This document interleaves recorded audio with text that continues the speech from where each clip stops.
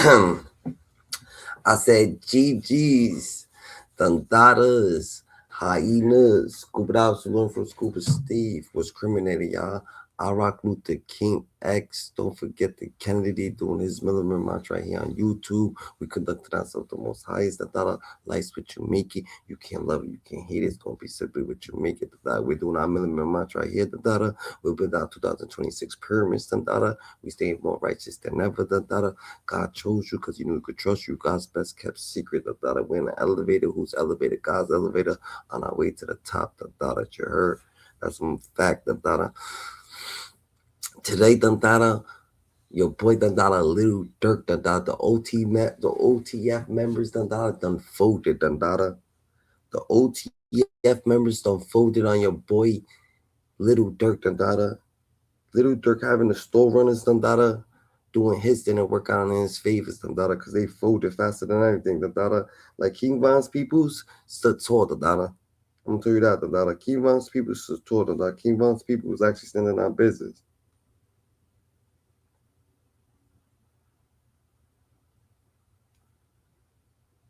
That's so sad that King Von's people was actually standing on business. GG.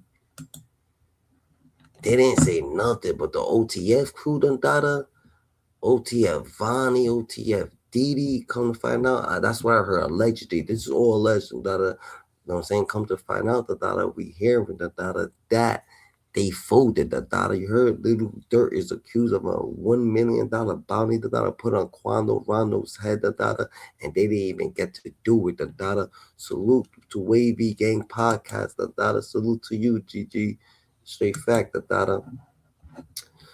damn a whole million these people folded on him So this is what we gonna do First of all we gonna get the whole scenario down. I know we understand that they went and they slid and they didn't even get the person they wanted. They were supposed to get Quando Rondo and they happened to kill unalive Quando Rondo's cousin, which is Pop. So Pop happened to get unalive and we're going to see how they got knocked off and everything that led up to it before we even talk about the million that the Feds bringing up, the $1 million thing that's in the case. First, this was all speculation. First, this was all little complaints that was in the Fed case. Now it's coming out that the Feds is accusing Durk of putting the $1 million.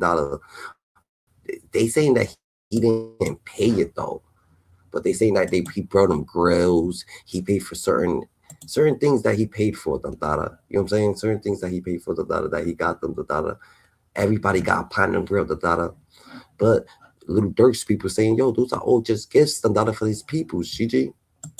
Those are all just gifts. Pop got killed in a broad daylight shooting and it shocked the rap game. But then some new info came out that made the situation even crazier. Now people think Lil Durk could go down for Pop's brutal murder. And today we're breaking the whole thing down. Damn, I bet before we go on, was this worth it, Was this silliness, this body, worth for sliding for Von? They didn't even get the person, They didn't even get Little Tim. Never mind trying to get Quando Rondo. They trying to get Quando Rondo for what? Little Tim still alive. Never mind getting Quando Rondo. They even get Quando Rondo. Is King Von a fair exchange for Little Pop, and Little Durk lost his life, chasing around and only got Little Pop, It was this even worth it, Little Durk, done fucking checked himself out the game, real shit, he took himself out his position, he tricked himself out his position, Little Durk, and that's crazy, because Little Pop could never make up for King Von, so I don't even know why you chasing a Little Pop around, or even a Quando Rondo at the moment. Timmy did it, and Timmy, you could have got Timmy on his own time. You could have got Little Tim like nothing. Little Tim ain't a rapper. You could have dusted Little Tim it would have been because that didn't. It was little. You see what Little Tim did? Quando Rondo You. Back in August 2022, Quando Rondo, his homie Lil Pop, and some other dudes from the crew flew out to Los Angeles. They pulled up to a gas station in one of the most popular areas of the city in a black Escalade, and nobody expected what happened next. A whip pulled up while Quando and his crew were getting gas, and 3 shooters hopped out and walked up on them. They started letting off shots, and the dude driving Quando's whip pulled off to get away from the shooting. Then a few minutes later, they pulled over in the middle of the street and somebody flagged down the cop to come help out. By the time paramedics rode up to the scene, Lil Pop was already bleeding out and there wasn't much they could do to save him. It seemed like Quando realized right there that his homie wasn't gonna make it, and videos from the situation show him screaming no over and over again.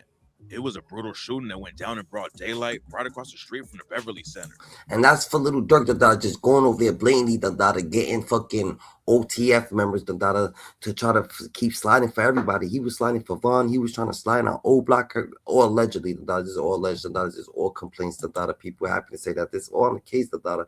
So at the end of the day, $1 million for all this nonsense, what's it worth for And then he said that he was about to pay him $1 million a piece to take out Quando, but they didn't get Quando, so they only got $1 million to split it between all of them. If they would have took out Quando, they would have got $1 million a pop. Damn, you're about to pay five. Like, how many people was there? But you about to pay $2 million a pop for each person. Boom, look at. Boom. If they was gonna stand on business, they should just but they didn't have to go chase Quando Rondo. They should have just went to Savannah, Georgia, and just went look for Little Tim. Little Tim's already halfway done. Little Tim's already he had a bag on him. He was hurt. Like Little Tim's the one that did it. Why didn't you actually go for the person who did it? You over here chasing Quando Rondo around. You over here unalive Little Pop, which is his cousin that has nothing to do with the situation, but he probably was trolling or whatever the case may be. Who cares? He's not the one that's going out there and trolling. Do you want a person who's going to troll on the internet to die or you want the person who's actually unalive and coming outside to actually ride and take someone out What is it that would you rather do Like, what was this? He paid for his. It's like Lil Durk paid for him to go to the feds. Like, let me pay to go to the feds and fight this case. Let me pay $1 million to go to the feds and fight a case. What the fuck you paying to fight cases? When you going to the store, why do you have to go and call people up Why do you have to go and call people up to ride for King Von if those are his cousins? Some of the people was his cousin. Why am I paying King Von's cousin to ride for King Von? No, you could ride for King Von. I just have money. That's just crazy about it. Man, matter of fact, I'll just give y'all money. I'm just going to give y'all money. I'll give y'all the $1 million. Do y'all feel like riding? Y'all ride yourself. If you feel like riding, go ride. You know what I'm saying? You could do whatever the case may be. I'm not going to implicate shit. I'm not going to say nothing. But why would you have to motivate King Von's family members to ride? That don't make no sense. That's how you know that they should even be there. Second of all, who the hell pays people pays for people's flight tickets to come and do a crime? Oh yeah, come over here. Yeah, we're gonna pay your flight tickets. No, yo, come over here. Meet me in California. They could pay their own flights to meet you in California. Yo, meet me in Cali. Like, even if you was paying it, why did you cash out them for them to pick up their own flight tickets that they could pay on their own debit cards or credit cards or a little shine, like something? Why are you paying for the flight tickets yourself? That's like, even if none of this sticks, none of this probably could stick. None of this probably is going to stick. Because they saying all this is fabricated. Lil Durk's people saying all this is fabricated. If Lil Durk goes down for life, it's like, damn, what the fuck just happened? It's like the whole world just shifted. And once Donald Trump became president, not because Donald Trump's president, but when Donald Trump became president, so much shit going on. Everybody got knocked off. The world thinking this is new world order. This is getting real crazy. But at the end of the day, let's get back to the middle. Let's get back to the beginning so we can get into the case too. You know what I'm saying? Because the case is new shit that's popping up on the case. Now, the $1 million bounty, that's all new. What they talking about. The feds just broke that up. Matter of fact, let's bring that up real quick. Let's bring that up real quick. Because we need to know what's going on. Because Lil Durk done betrayed by OT and Vonnie because they couldn't hold their own. Is wow crazy. That's a finny no act. Never bend, never break, never fold, and they folded. They ain't wanna stay there. That's a finny no indie. Let's see what this dude gotta say. This dude, he's right here. He got a loose something to say. We gonna play him. Then we gonna play the regular transcripts real quick.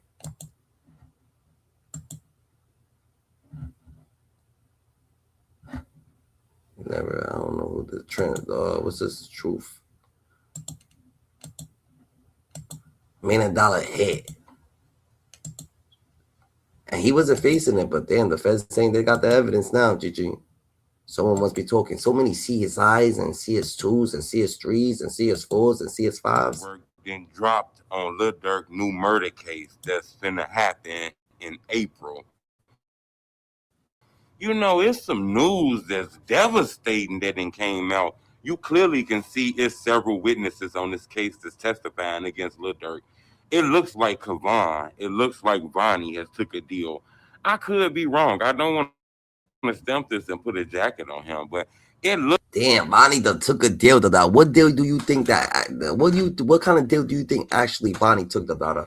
And his pops already said that he knows so much. His pops already was doing so much. They probably came up to him, the daughter, and said, "Yo, we gonna give you the sweetest deal, the daughter. You gotta have to turn on Durk, the daughter."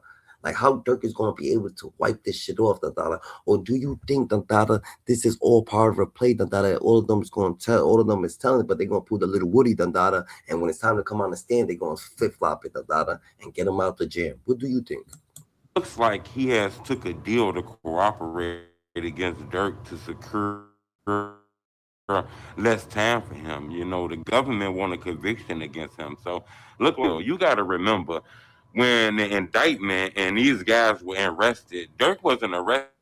He was the last one arrested. It was just Dede and them, and like OTF was arrested, and then later on Durk was arrested. It looked like he was snitched on immediately.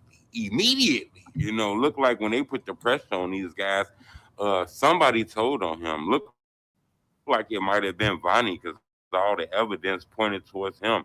You know, the credit card that was used, he used it, and he spent the money on the ski mask and everything. So it looked like it was him.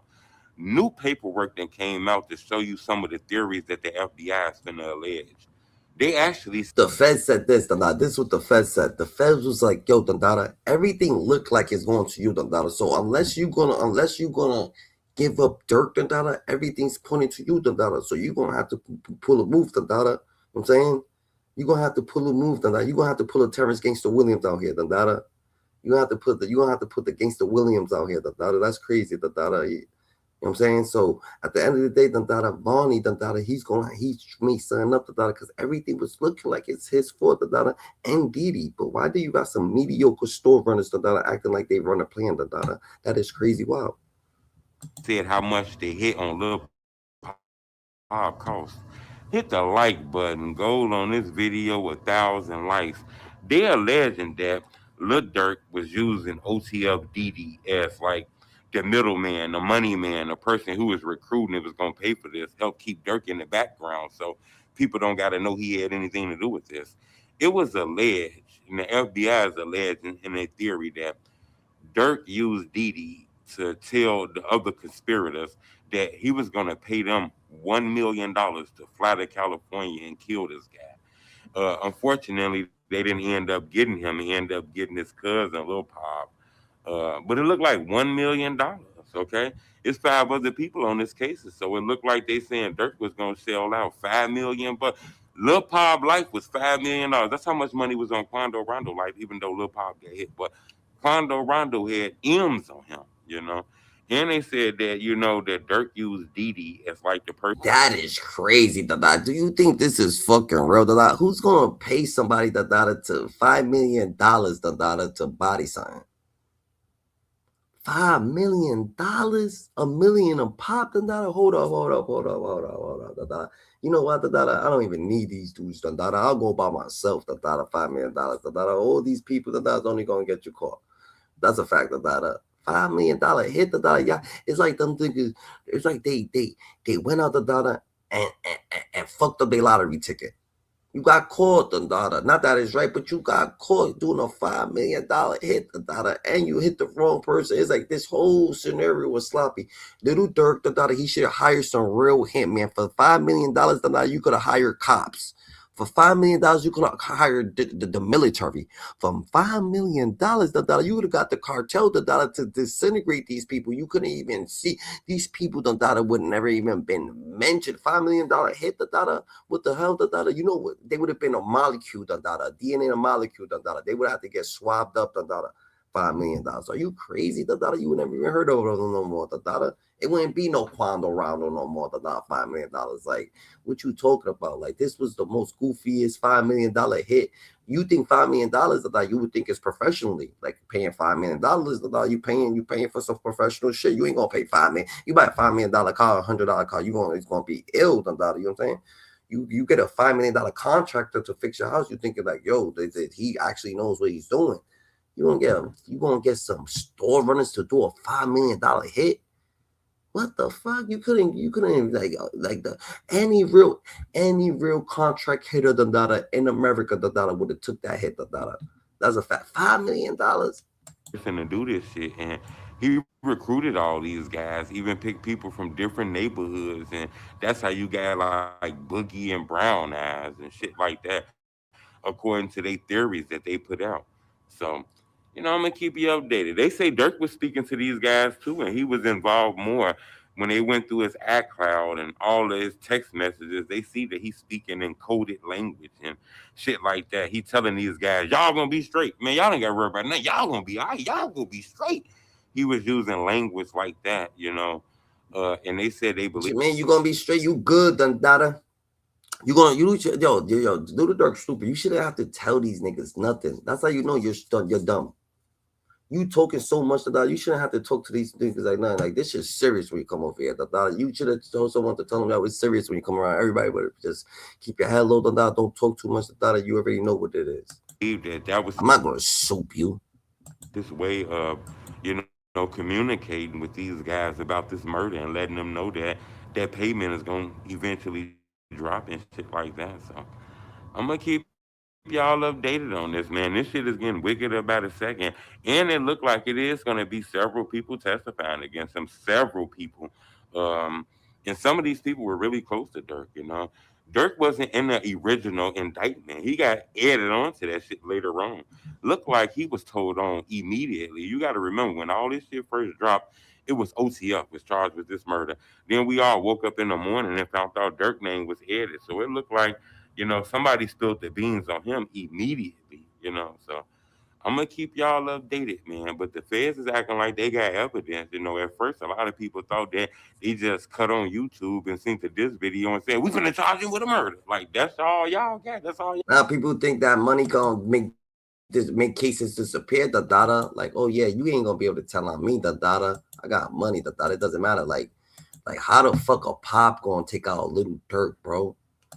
Like, come on, we gonna have like a murder of Pop is actually gonna take out Lil Durk, So I don't think the people actually care, bro. They don't really care, bro.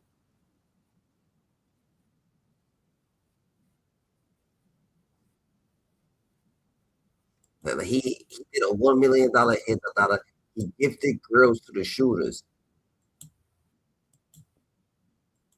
He gifted girls to the shooters, This is wild, crazy, bro. Like, these dudes got grills, $5 million, not even $1 million pop, but damn, $1 million cash, pop, Did he pay him? It better not be no trail to him, See what the feds got to say, because the feds is coming up with this complaint. I wasn't recording, so I'm going to reread it. At its core, defendant Banks' supplemental memorandum to his motion for bill of particulars requests that the court order the government to certify the details of its April 26th trial presentation. Specifically, the filing attempts to summarize a limited set of materials produced in discovery, defense's understanding, quote unquote, of how the government will prove its case. The request is contrary to binding law and should be rejected as meritless, just like the court has ruled as to the similar request to dismiss the second superseding indictment for vagueness. Okay, so off rip, they're saying Dirk's team is just desperate trying to get their strategy for trial in April, which, by the way, I'm pretty sure this is going to happen in Los Angeles. I'm thinking about going to this trial in person and sitting there and jotting down a shit ton of notes on a notepad of what happens and then making a video every day, leaving the courthouse in my car. So let me know if you want me to do that, because I might do it. Fuck it, I might do it, bro. I don't know. As set forth in the government's opposition to defendant Banks' motion, its first supplemental memorandum, Ninth Circuit law is clear that a bill of particulars is not meant to provide the defendant with all of the evidence the government will introduce at trial, nor is a tool for complete discovery of the government's evidence. All right, so they're saying the Ninth Circuit law is clear that a bill of particulars is not necessary for this. In response to the claim, the defense reply brief that no where does discovery set forth anything resembling a fixed or coherent theory. The government lodged under 6 seal files that defense claim. Wow. So they're saying they have 6 documents under seal that do show a coherent theory of Durk offering money to, put this hit out on someone. While the selected discovery the government filed with the court contains clear evidence that defendant banks directed the attempt to kill Quando Rondo in LA, and that defendant banks made clear to co-conspirators that anyone who killed Quando would be rewarded. The defendant appears to suggest the government is bound by only evidence contained within the files lodged with the court. The government has not represented that was the case, nor is that the law, as acknowledged by the court during the January 7th hearing. The defense is not entitled to essentially a pre-transcript of what the government is going to say in its opening statement, and moreover, as it said, the government correctly said, there might be more evidence, there might be different evidence, and as to that, the concern the defense has on the moving target is, as I said, met with the Jinx Act. So that's the judge saying the defense is not entitled to this. Essentially, a pre-transcript of what the government's going to say and present to the jury. Kind of crazy, but I guess that's how it works. The government, however, submits the lodged documents are more than sufficient for the court to deny defense request for particulars. They're citing a bunch of cases here. Details of when, where, or how of every act in furtherance of a conspiracy is not proper subject of bill of particulars. This is why courts routinely deny requests like Banks' request here. So they're saying this routinely happens. It gets denied a lot in other cases. And they said a case from 1985 denying motion request names of any unknown co-conspirators' exact date on which the conspiracy allegedly began, and to delineate all other overt acts that compromise the charge activity. Cook versus U.S., a 1965 case. So in that 1965 case, they're saying everything was... Yo, that is crazy. That means Lil Durk got locked up, right?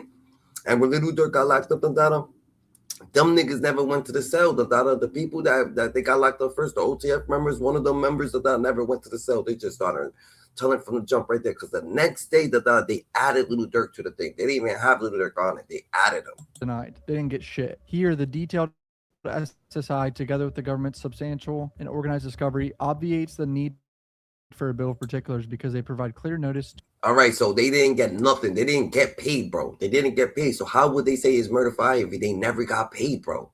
But they saying $1 million, like $1 million, but they never got paid.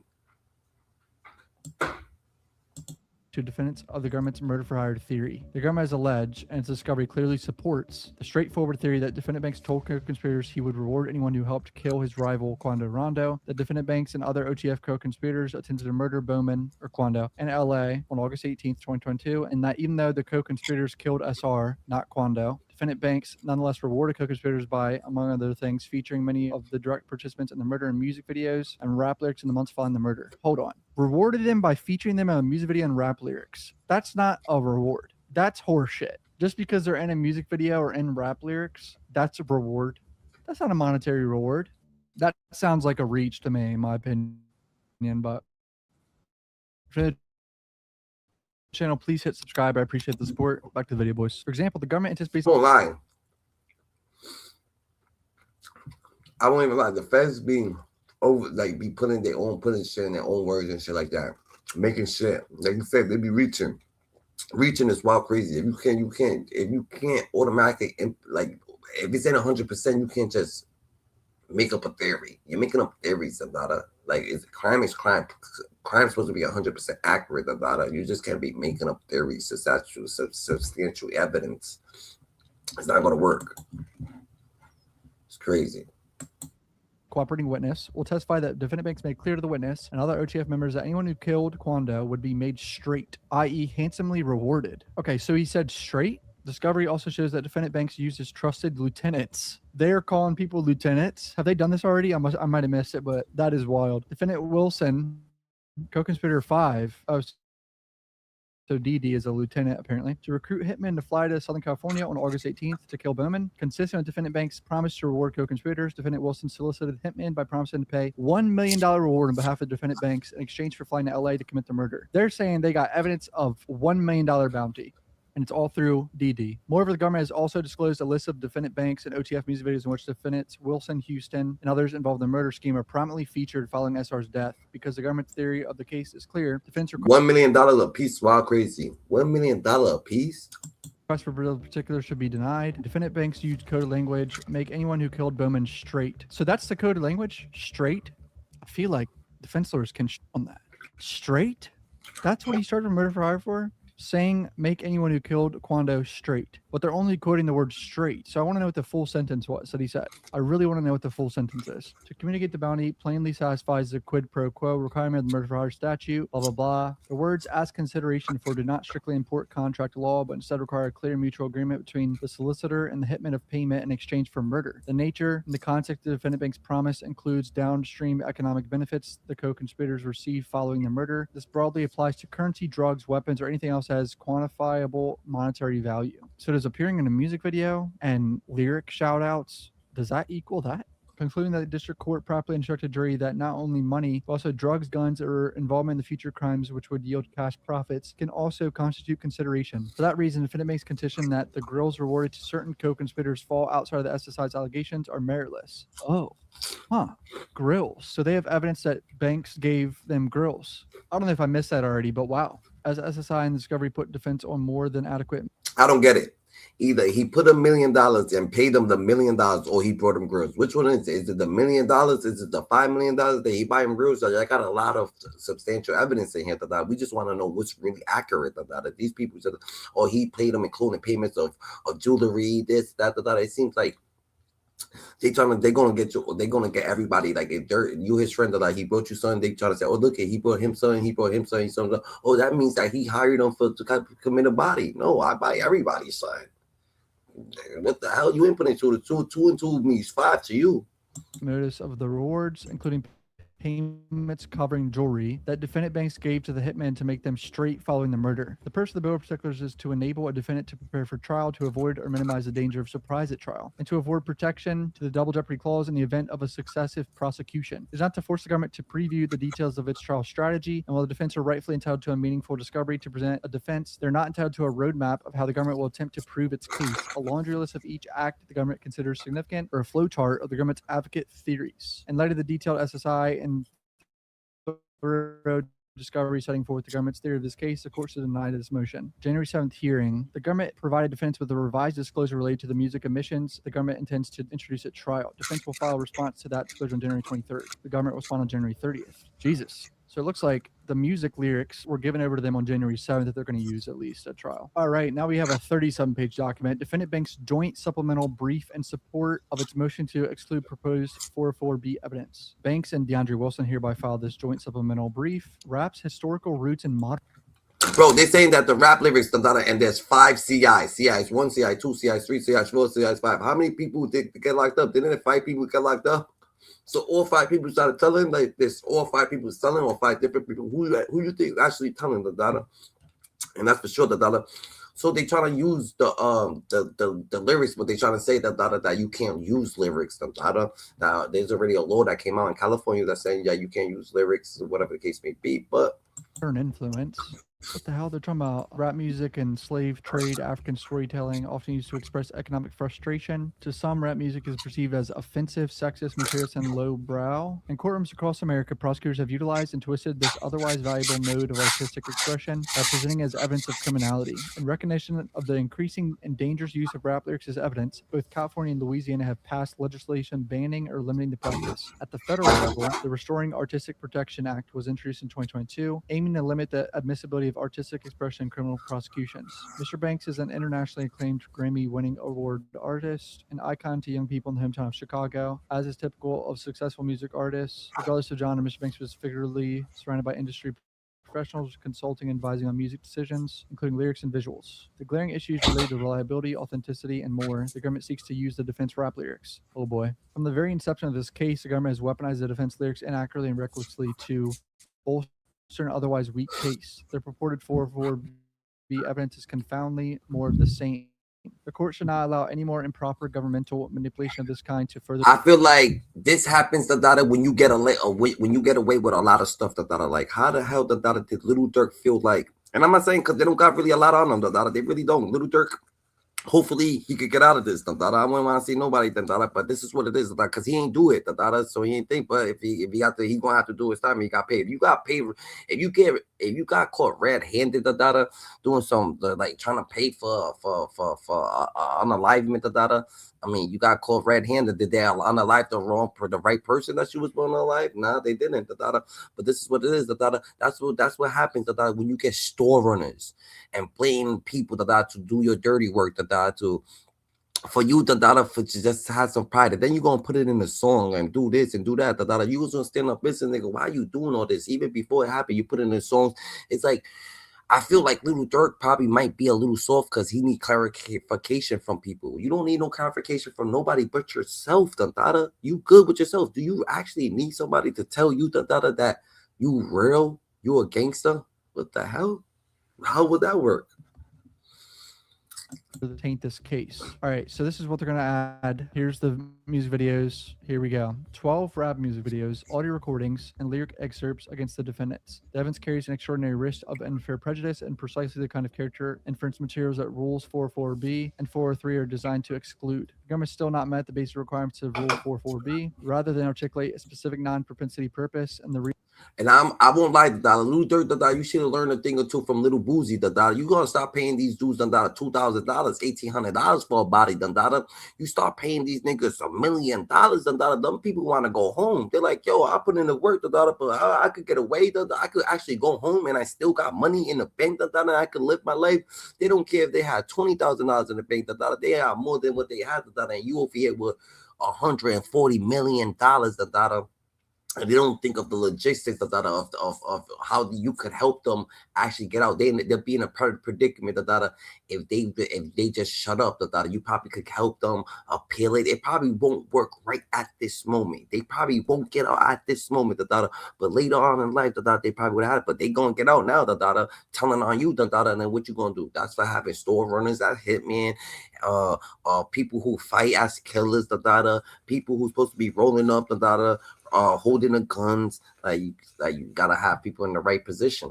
Reasoning that supports it. The government has labeled the materials inextricably intertwined in what appears to be an effort to avoid the rule's mandatory notice obligations. The court should reject the approach and bar the evidence. They say that music evidence is direct evidence and inextricably intertwined with the charges, yet provides no explanation of how rap lyrics created at unknown times by unidentified authors could be possibly part of the charged conduct or necessary to tell a coherent story. It is kind of horse shit. And I said this in the YSL trial. I hated the lyrics in the YSL trial unless they literally stated names and very, very specific access to the murder. And I don't think Durk did that in any of his music. He did not say any names about Quando or the person that died. If he did, let me know. The song that they put in the indictment or whatever was proven to be recorded 8 months before whatever that shit was. The government identifies the release dates of several videos, but does not identify when any lyrics were written or when the songs were produced.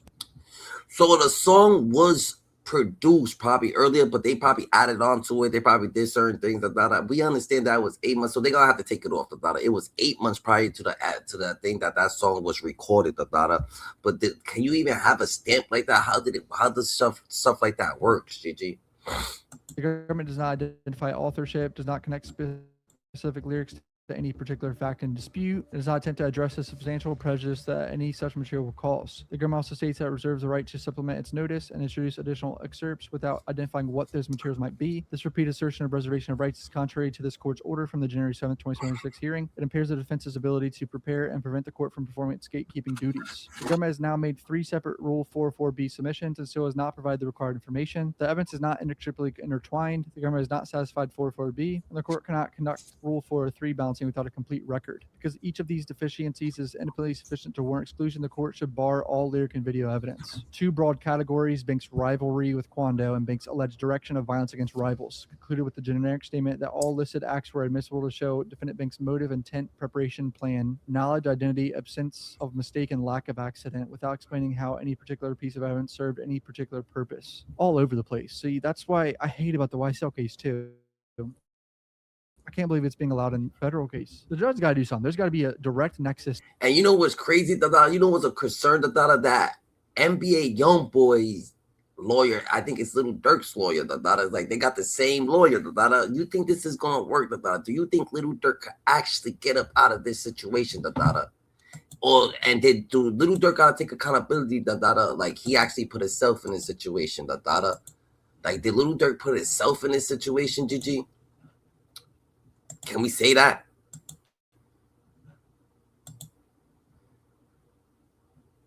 Shit get crazy wild, It get crazy wild, It get crazy wild, Damn, Durk, yo, How do y'all feel that Durk, yo, doing life, Do y'all feel like it hurt the whole community,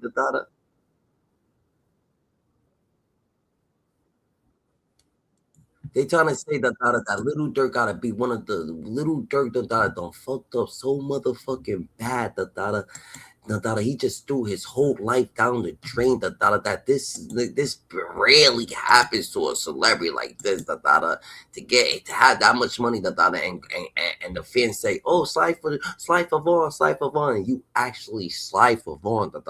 Imagine that, slide for Vaughn. You actually slide for Vaughn. Kill the wrong dude. Unlike the wrong dude. Now you $140 million down the drain or $40 million down the drain. And then what from there? Where do we go from there? When Durk's all gone and still Little Durk is still the biggest upset. He would have been rich for life. That is crazy, Gigi. Like, Little Durk is the biggest upset. Free that man. They said that this man would have been good. How do you feel that he was on top of his pedestal to go down for the wrong person? First of all, you didn't even shoot a gun. First of all, you didn't even do nothing. First of all, that was their cousin. First of all, everything that they was doing, they was going to do it regardless. Why did you insert yourself with so much talking in this? It's like you wanted to be the boss of the situation. Oh yeah, go ahead, go do it. Someone's about to do that. Yo, I'm about to go bang this thing. Yeah, go bang him. I'm about to go body this dude. Yeah, go body him. Oh, he told me to body him. Bro, you said you was going to body him regardless. You said any person you see that body King Von, you said you was going to go handle it.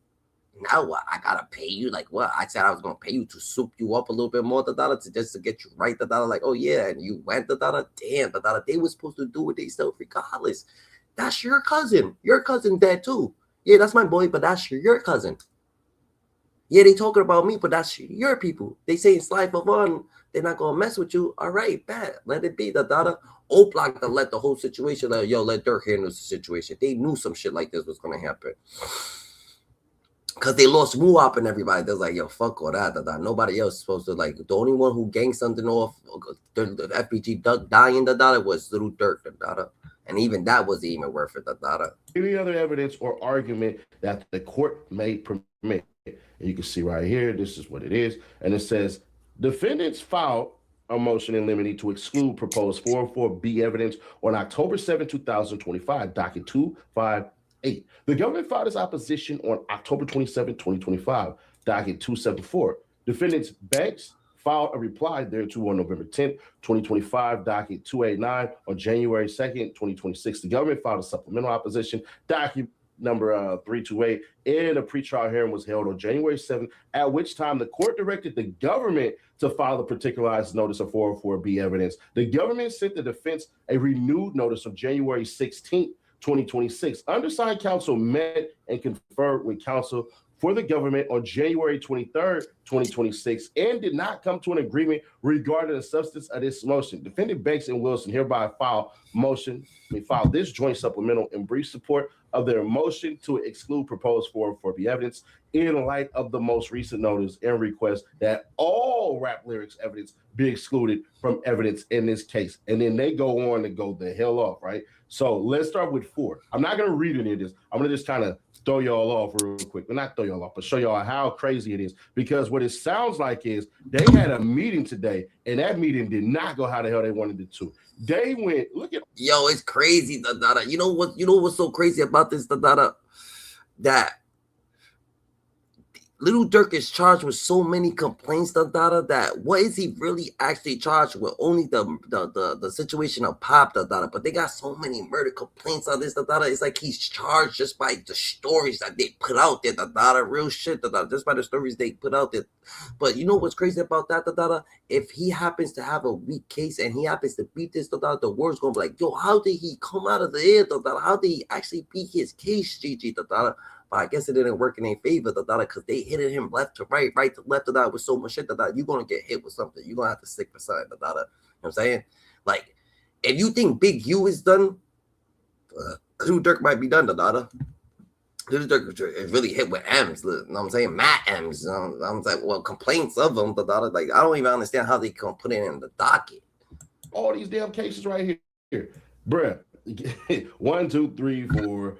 Hold on. 1, 2, 3, 4, 5, 6, 7, 8, 9, 10. Hell of them, bro. Look at this shit. They are going in. So they already kind of telling me, meaning Durk and them, what the hell they truly plan to do. Look at all this shit. Look at the feds is not trying to play. The feds is like, yo, bro, you ain't gonna be able to this is the truth. That's what the feds is trying to say. This is the truth. This is everything that led up to this. You ain't gonna be able to stop this. Your lawyers, you ain't gonna be able to have the best lawyers to beat this. Like they gonna milk Durk. But he might. But Durk's smart at what he does. So I'm saying he got his son. I mean, he got his father out. You know what I'm saying? His father comes home and he goes in. Bro, they was ready. It's fascinating, right?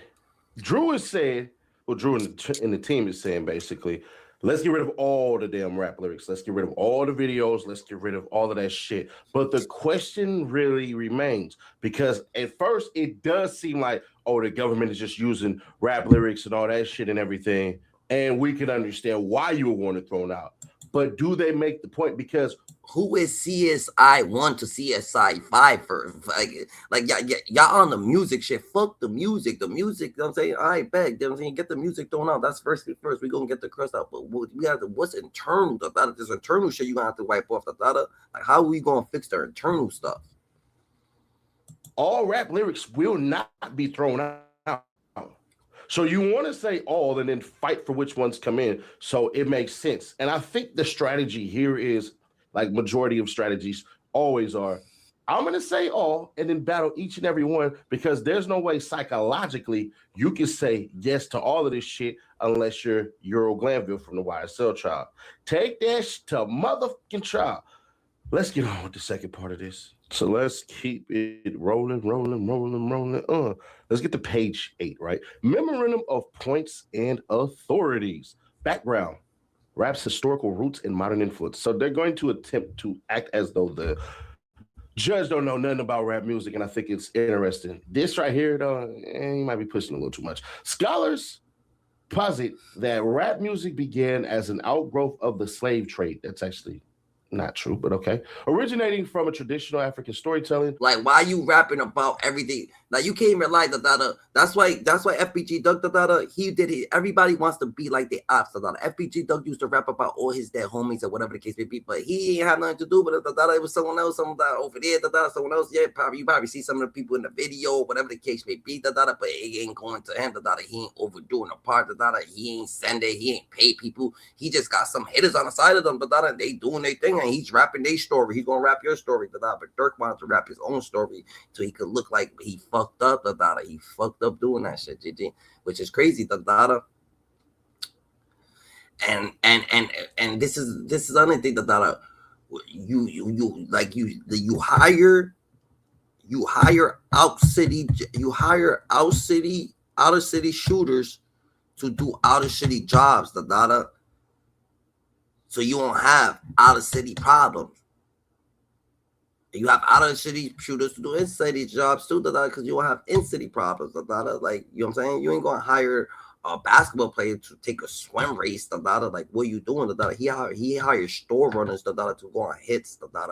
Like, what the hell? You thought these dudes was hitmen? Often used to express economic frustration in the post-industrialized America. He thought he hired the Washington DC sniper or something. Someone hiding out. Like, yeah, they need this some wild hot shit. This ain't Chicago, bro. Adam Dunbar, Chris E.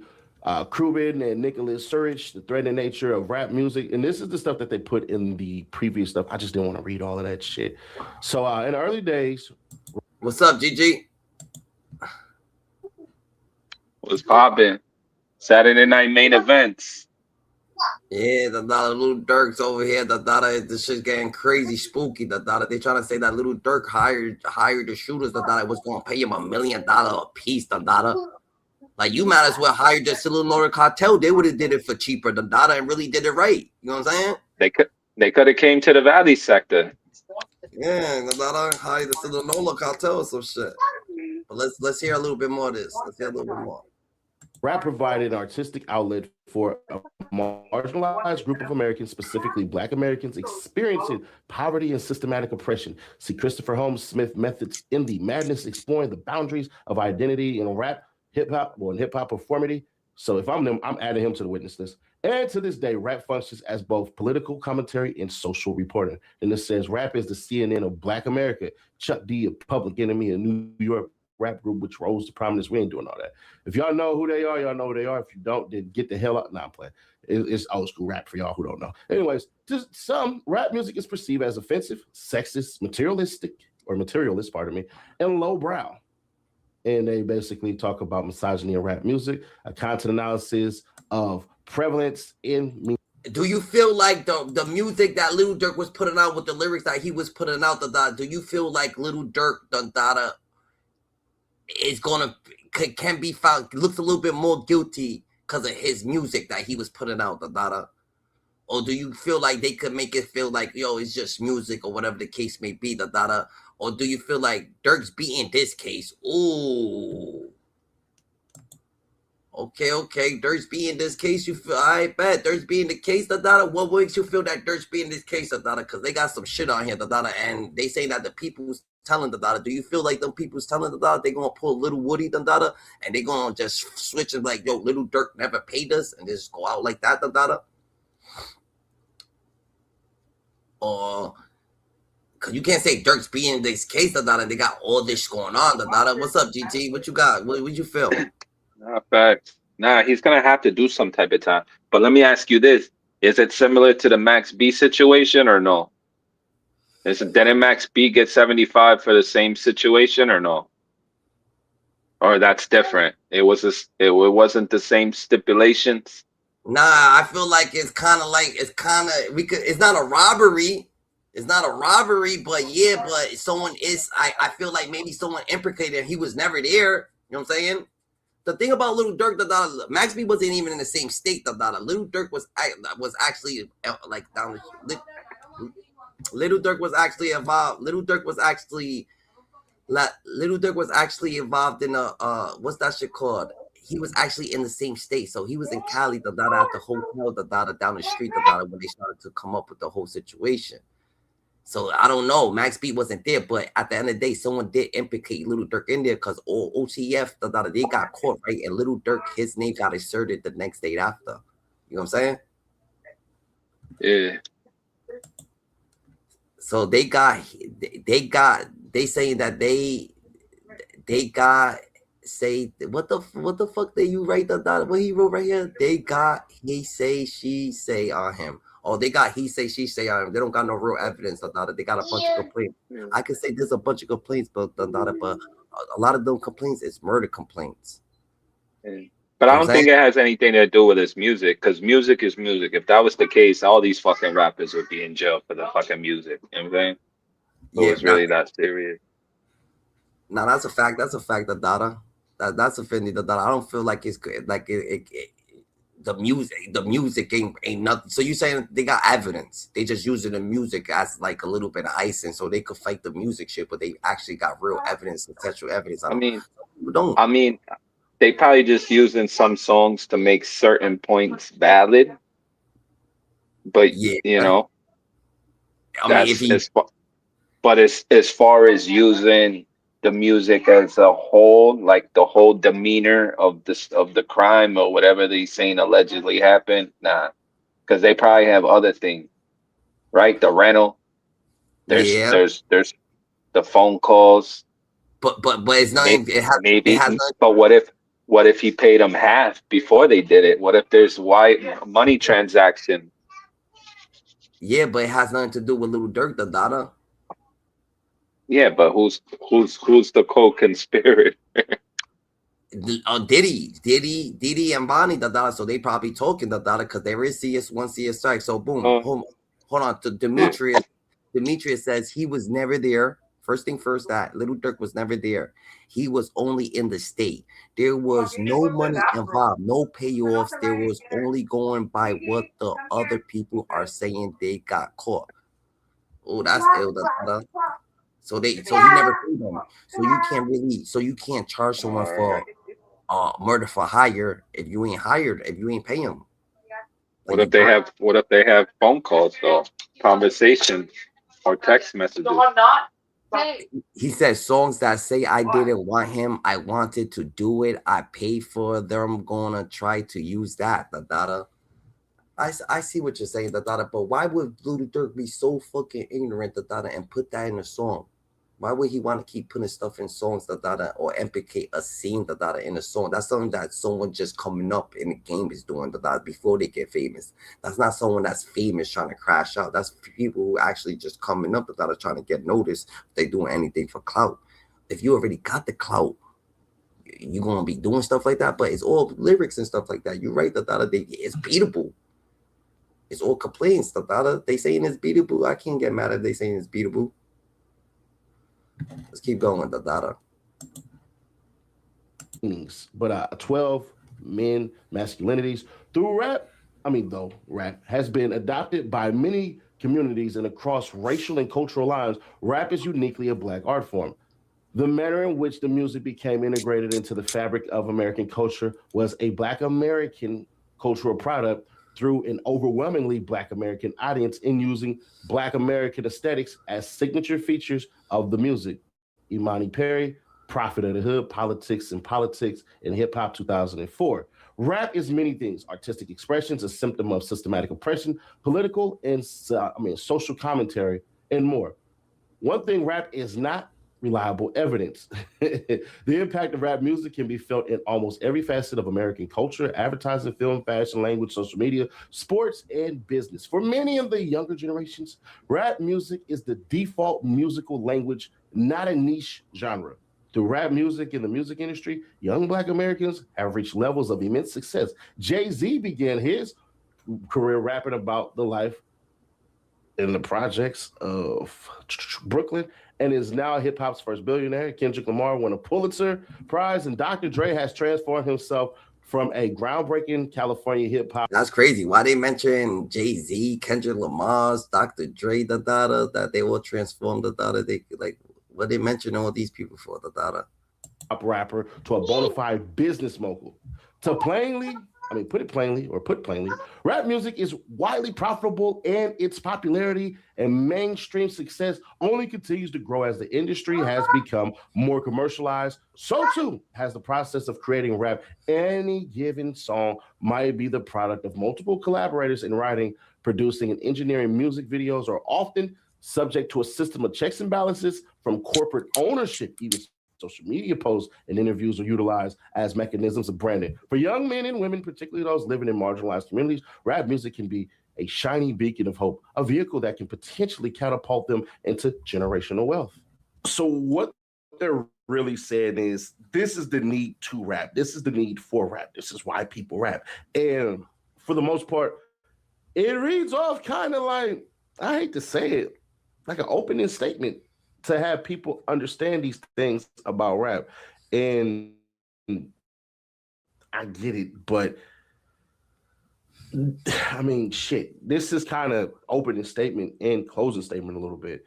So far, it ain't really doing nothing for me. What about y'all? Hit that like button like you like something if you can. Force this to the algorithm. I was supposed to get this to y'all an hour ago, but god damn, it was so much reading. But like I said, we ain't gonna do the whole entire 37 pages. So there's that. So let's continue. So Gigi, do you feel like Lil Durk's the biggest upset in the fucking in the game, Because he was at a peak, Who was at a higher peak, and just shamed it, all the way, just do it all the way, Or this is the. I'll say first is King of L's, aka Meek Mills, and then I'd say runner up. Meek Mill's still out. Meek Mill didn't throw it away. He's out, living his life.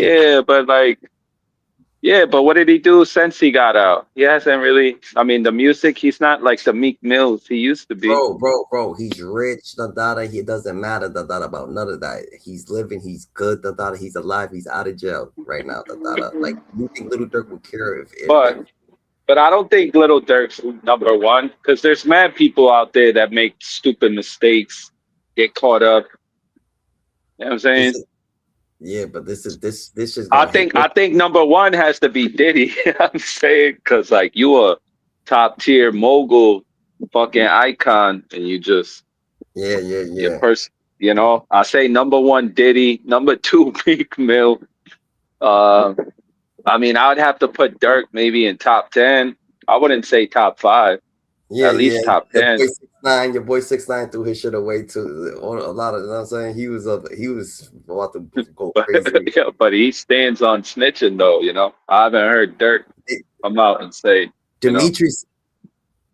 Dimitri said Tupac. Damn, how Tupac's number one? He said Tupac's number one. What do you mean? Tupac killed himself? You saying? Damn, that's crazy. Wow. He brought Tupac in this situation. Maybe So how boom. they like maybe it's just based off the decisions they make. Doesn't have to be necessary their career. Oh, But if like, decision was crash out. yeah, Not yeah, decisions. yeah. I mean, Tupac's story is a little different than that. Tupac wasn't allegedly putting hits on people and shit like that. You know what I'm saying? Tupac was, trying to he was running from certain shit. Not really running from shit, but staying away from certain shit. He didn't want to be in New York because people, you know what I'm saying? He started in New York. People was on his heels. He was getting away from the game, like being under control from the hood shit. You know what I'm saying? Hood people trying to control people back in the day, too crazy. But that's crazy. I bet. So that's the music part. Let's get into the bounty part. $1 million bounty. $1 million for you, $1 million for your boy, $1 million for your uncle, whoever comes, they get $1 million. This bounty was the highest bounty. Do you feel like Durk pays too much? He pays too much for bounties. That's why his peoples actually be trying to like maybe, you know what I'm saying, trying to rat on him or something like that because they're like, yo, he pampers them. Can that even be possible? No, I'm saying he was the #1 rapper to throw his life away. First, if Suge didn't go get him, he would have been still in jail. That's a fact. That's a fact. That's a fact. Damn, and Suge would have never got him. He would have still been in jail not to this day, but he would have been in jail a little while longer. He would have did his bid. He would have did his little bid. He would have finished off his bid. Because he got out on bail. Straight out of jail, California. Yeah, that's a fact. That's a fact. That is fact. You are telling the truth. So damn. So this hurt. So do you feel there's a big chance that now let's be honest. I want you to be 100% honest. Do you feel that Durk could actually get out of this? Oh, that would be a fucking miracle. If Durk gets out of this, this is like. What do you feel more that is going to happen? Do you feel like he actually going to get out of this, or is it kind of hard for him to? He's doing some time. I feel like he'll get time served, slap on the wrist, pay some fines. What? That's different right there, What the hell? You feel like he's going to get a slap on the wrist and get time served and a slap on the wrist and pay That's ill. That's an ill analogy. Let's see what's the new evidence that they got. And then we're going to skip down to page 15, right? We'll read a little bit of this. The government supplemental notice dated January 16, 2026 asserts that the music evidence is direct evidence and inextricably intertwined with the charges, yet provides no explanation of how rap lyrics created at unknown times by unidentified authors could possibly. Yo, Jay Dooley, hit the stream. Hit the stream. Come up here. You got a different opinion than GT. GT feels like he's gonna get a slap on the wrist. He will come home because the substantial evidence is weak. That's what GT feels. That's just his own theory. You feel like he might be going to jail or something like that. We need you to come up here, hit the link so you can have your opinion. I'm on my way home. I bet that. Form part of the charged conduct or be necessary to tell a coherent story. The government identifies the release dates of several videos, but it does not identify when any lyrics were written or when the songs were produced. The government does not authorship, does not connect specific lyrics to any particular fact in dispute, and does not attempt to address the substantial prejudice that any such material would cause. The government also states that it reserves the right to supplement its notice and introduce additional excerpts without identifying what those materials might be. That's insane, by the way. This repeated assertion of reservation of rights is contrary to this court's order from the January 7, 2026 hearing.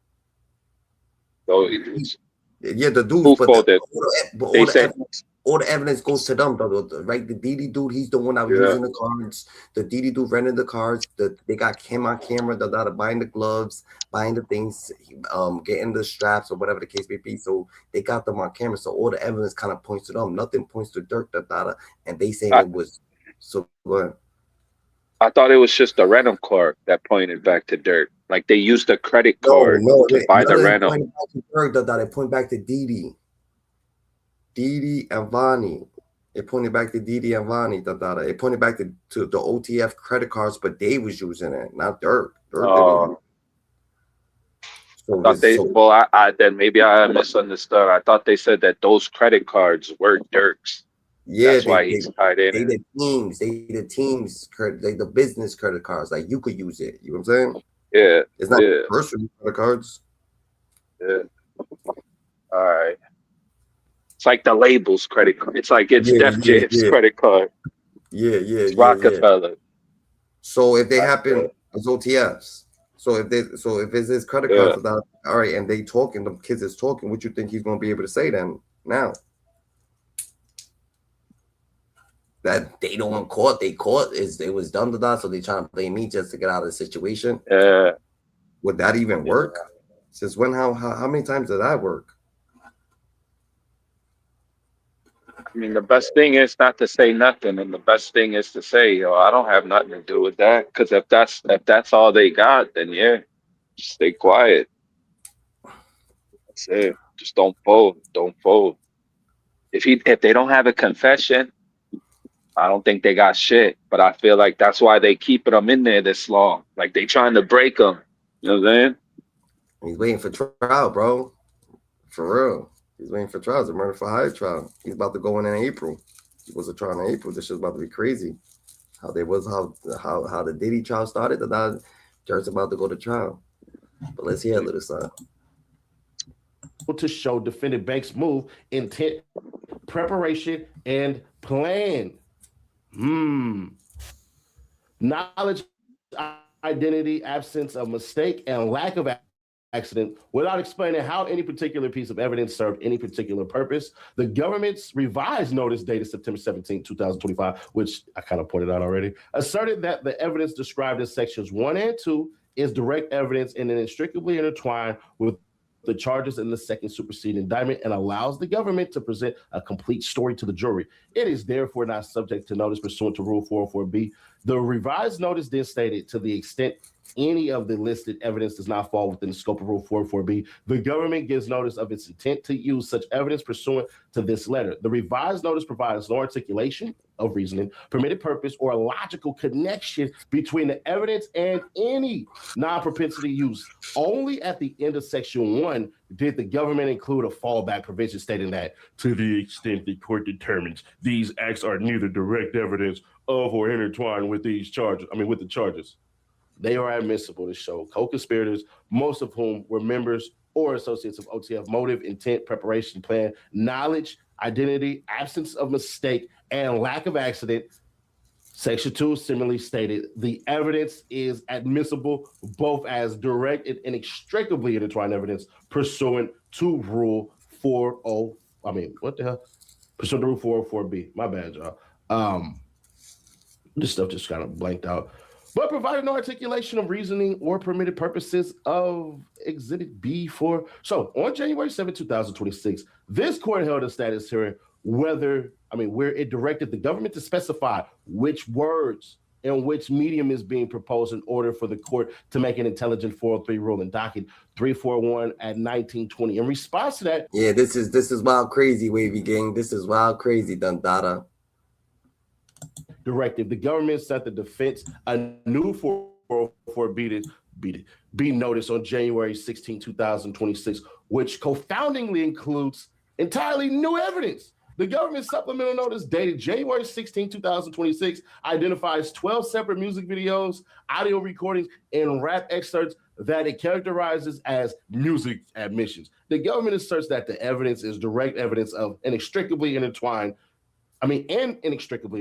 with the charges in the second superseding indictment, and therefore not subject to notice pursuant to Rule 404B. It then states, to the extent any of the listed evidence does fall within the scope of Rule 404B. The government gives notice of its intent to use such evidence pursuant to this letter. Unlike the revised notice, the supplemental notice provides no articulation whatsoever of any reasoning permitted purposes of logical connection between the music evidence and the non-propensity use. The supplemental notice merely summarizes the proposed significance of the music evidence by grouping into 6 broad categories of admissions and asserts that music admission evidence is admissible against all defendants as co-conspirator statements. The notices do not identify who authored the lyric, who authored the they act like Lil Durk is just fighting their lyrics, they just keep bringing up this music, this lyric stuff, they're just trying to get the lyrics down. Like, I get the lyrics thrown out, after they get, like, what is the real evidence? Is it just the lyrics? You're gonna keep mentioning lyrics? It's like they distracted them from the main plot, keep playing, the lyrics, pardon me, when they were created. Like, you're not talking about the CI1, CI2, CI, like, you're not, like, what's going on? Whether the defendants adopted them or how the government connects each specific excerpt to any particular fact in dispute. The government does not acknowledge the potential prejudice that would result from the admission of the videos and songs, much less suggest a way to lessen any such prejudice. The government explicitly reserves the right to supplement this notice and/or provide additional proposed exhibits up to the April 21st, 2026 trial date, and further reserves the right to introduce additional excerpts of music videos depicting defendants together with charged and uncharged co-conspirators without any indication of what those songs might be. We reserve the right to supplement this notice as necessary before trial, despite this being the government's third attempt at notifying the defense of intended 404B evidence. It still fails to meet the required notice obligations. The government's notice is non-committal, non-specific, and fails to apprise the court of the information necessary to even conduct a proper 403 analysis, despite this court and the defense repeatedly requesting the specifics, even if it did satisfy the notice requirements. The rap lyrics and accompanying music videos are irrelevant, prejudicial, communicative, misleading, and would cause significant delay in this trial. The purported evidence must be excluded. So y'all just gonna drop music videos in there. That's what that says. Y'all gonna see the thing that should happen, right? Is just pictures. Just pictures. Y'all can point to this and say, oh, it's a reward.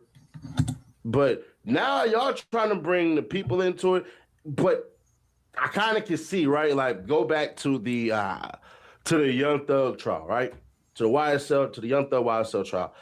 I feel like they were so used to just doing this shit in Chicago that they thought they was gonna be able to do the video thing, they gonna be able to act out, do everything else, and that's just what's gonna work, So since they over here,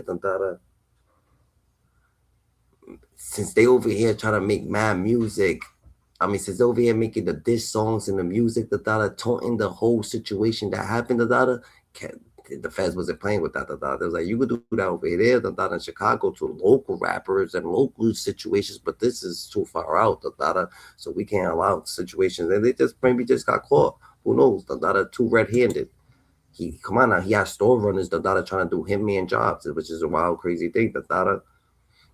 If Lil Woody would have got arrested and they brought in, and let's say he was being charged with the murder of Donovan Thomas, even though he beat those charges, just want y'all to know that he beat those charges.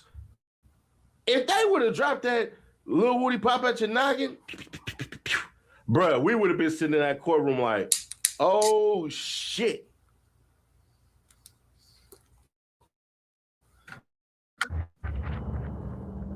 This game. You see what he's trying to say, Little Woody. Why would you bring up Little Woody in this situation, You think Vonnie and Dede's doing the Little Woody, putting the Little Woody's gonna help Durk out of this situation, Nah, this is too crazy, This is a little different, what they charged with, Somebody's gonna have to, if they caught Dede red-handed, Dede's gonna have to just be quiet, not just bring someone in. Remember, Durk got inserted into the case a day after, 2 days after this.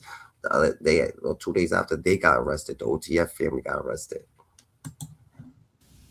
So I think that's what the government is trying to. That's my clear belief. But Drew's right on the sense of, bruh, y'all need to say exactly what lyrics, because y'all just talking about the whole entire song. So we about to sit here, and Boosie had talked about this before. We're about to spend a whole damn day listening to songs and then deciphering this shit. That's different, GT. You over there drinking a hot chocolate and beer. Yeah, you different than that. You're about to be on the toilet. You a different breed. Yeah, I don't see how the judge really lets a lot of this shit in, but we shall see. Let's finish with this last one. This really gets good.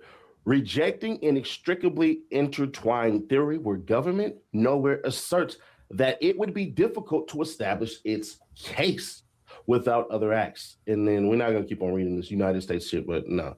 The finding evidence is not inextricably intertwined with the charged conduct because the government does not assert that it could not establish its case against the defendant as to the charged conduct without reference to this evidence.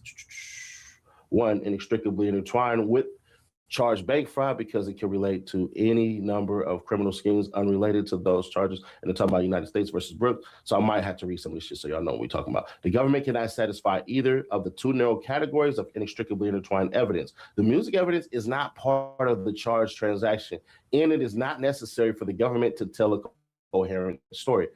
At the outset, the government cannot rely on the same criminal transaction theory because they failed to identify when any lyrics were written or when the songs were produced. Although the government identifies the premiere dates of multiple music videos, the music video's premiere date or song release does not establish when the content was created. A song could be in development for years before its release. Without the basic information, the court cannot determine whether the music evidence is temporarily connected to the charged conspiracy or too temporarily to distant qualify. Let me reread that, bro, because y'all not seeing this, but when I'm recording this shit, there's numbers. So let me get this shot there. Okay. Is temporarily connected to the charged conspiracy or too temporarily distant to qualify as part of the same transaction, even if the lyrics were created close in time to the alleged conduct. Coincidence in time is sufficient. The government must show a substantive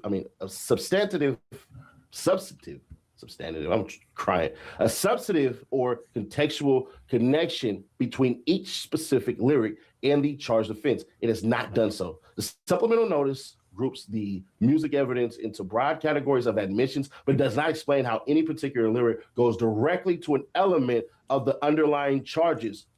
On the current record, the music evidence could be related to any number of unrelated stories, narratives, or creative themes. The government has not shown that the music evidence is necessary to tell a coherent story of the charged conspiracy. The government does not assert that it would be unable to present its case without lyrics or videos, merely that the evidence allows the government to present.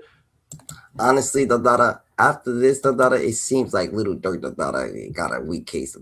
They keep mentioning lyrics, got the lyrics, all these lyrics. I thought we was talking about the Little Pap case. How did they get caught? Like, what do you actually got? Do you not have anything on them? That's not what it is. Do you not? Is your people who's not telling? Are they telling? Are they really telling the truth? I thought you say y'all keep saying that y'all got more evidence that he wanted old black people who passed away, that he was putting his on old black members, that he wanted Muna Duke gone, that he wanted this person gone, that he wanted anybody from old black because they wasn't sliding for Vaughn. So he want other people to go down. To get bodied for not sliding for Vaughn. That don't make no sense. So they're not sliding for Vaughn. He's not sliding for Vaughn. And he's trying to get other people to get locked up for not sliding for Vaughn. Come on, Dada. Let's get it right. Y'all keep mentioning y'all keep mentioning the Lil Durk $1 million on Quando's head, but that's where y'all just stop at I just don't get it. Y'all mentioning lyrics. All right, is it give us the $1 million bounty? Shit, don't mention no lyrics. But they gonna keep mentioning lyrics, I don't get it, Do you got evidence of that? They gonna hit him though. They gonna hit him. Check this one out. So The feds allege that Lil Durk put a $1 million bounty on Quando Rondo's head. As we know, it was Quando's homie that shot and killed King Von. We all seen it on camera. Little Tim, I think his name is. He's out right now. Last time I knew he was making music, and I think he got the self-defense charge or whatever. He got off on it, and he's doing his thing. The feds are saying that they have an evidence to prove that he put $1 million. God dang, $1 million, dog. Yo, what's up? A milli? And you ain't caught? No, I'm joking. No, I'm messing. But look, it's not funny because now they have somebody that's going to testify. Damn, what kind of what's that shit called? What kind of connection this dude got? That you gave $1 million to store and stuff. This by them splurging was gonna be too hot. They went from going to the store for Dutchess, snacks, Fanta bottles, or whatever the case may be, to having $250,000 in their pocket and stuff like that. And nah, Durk, come on, man, you need to have better connections than that. It's going to testify about Lil Durk's involvement, right? The witness says that Durk used street language to put a price on Quando's life. The feds claim that Durk's lieutenants turned his words into action. They say OTF member Muwap Wilson and another guy started recruiting killers. They say Muwap allegedly promised the $1 million reward on behalf of Durk. The deal was simple: fly to Los Angeles and kill Quando Rondo, right? Now, on August 18th, 2022, the alleged hitman tracked the target in LA. They found what they thought, was him moving around at the Beverly Center. 3 men in a white sedan pulled up on a black Cadillac. They thought Quando Rondo was inside, and the shooters unleashed more than a dozen rounds at the SUV. No argument, no fight. This is a straight ambush, but they actually got the wrong persons. They actually killed Little Pap. Instead, he died at the hospital later. So it's confirmed. It's confirmed that hit was actually for Rondo. They were trying to take Rondo out, and they're saying that Durk paid $1 million. Flew them guys out there, tracked him. It's crazy, Nitty. They trying to say Durk paid $1 million to hit on Quando Rondo, and the people he paid the $1 million hit them fumbled the bag, hit the wrong person. Like a $1 million hit, you wouldn't think that's professional enough to understand. Down. This is a dangerous world, yo. This is deadly.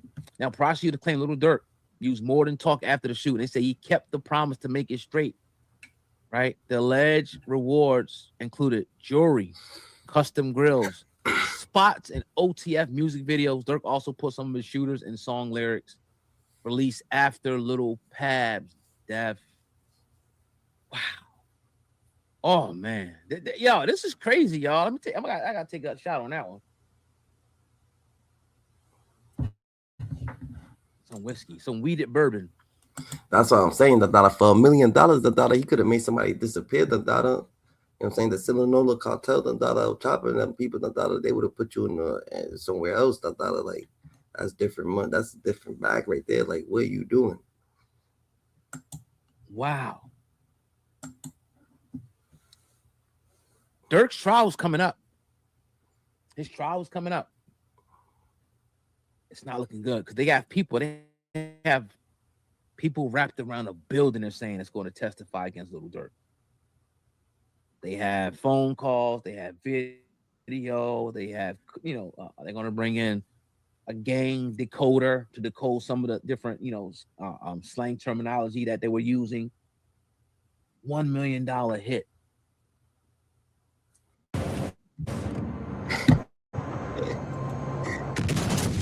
people can't wrap their head around it. They're like, yo, what the hell? Dirk was feeding his people good, and they still did him dirty. You see, you even if you do your people good, you giving them $1 million bounties, yo, y'all handle that, they still gonna do you dirty, bro. They gonna try to get out of it, and blame your ass, nigga. And those out there, and some of them people was actually King Von's cousins, so they should have been doing that for their own personal issues. But no, and then this is what happens. You insert yourself and shit, and I feel like this time, Lil Durk wanted to be held accountable for it, not held accountable by the feds, but held accountable by the people. That's why he was talking a lot, like, yo, you know what I'm saying? But he should never talk that all, because none of that matters. Alleged, right? Look, I'm not like, this is all alleged at this point. Right? This is what the feds are alleging. Does it mean that it's true? No, it doesn't. But it does mean that he has an uphill battle to fight in court. It's not going to be easy. Because again, this is they're not letting the man out. They denied every which way, every appeal, anything he's tried, they have denied it. So they mean business. They want Durk, they want to send him up top. They want to put Durk on that wheel. They want to put him on the wheel. The way they're painting Durk is like he's a mastermind, a shot caller. Not only a shot caller, someone that got his hands dirty, someone that led, organized crime syndicate. This is what they're painting him as: the shot caller, the CEO, the boss. So him and his attorneys are going to have a time trying to prove that he wasn't. Credit card receipts, video. It's crazy for this crime, right? For this crime, and it's crazy because what did Durk actually do, you know what I'm saying? If he did do what, you know what I'm saying, was paying for the murder file, that's different, but what did Durk was actually do? Was he's a shooter? Why do they want Durk so bad? And it comes down to the point why do they, maybe because Durk had beef with some higher ups, maybe Durk wasn't trying to, you know what I'm saying, sell his soul or something. Maybe Durk wasn't really trying to. Maybe Durk really got it out the mud. Maybe Durk wasn't really messing with the industry like that.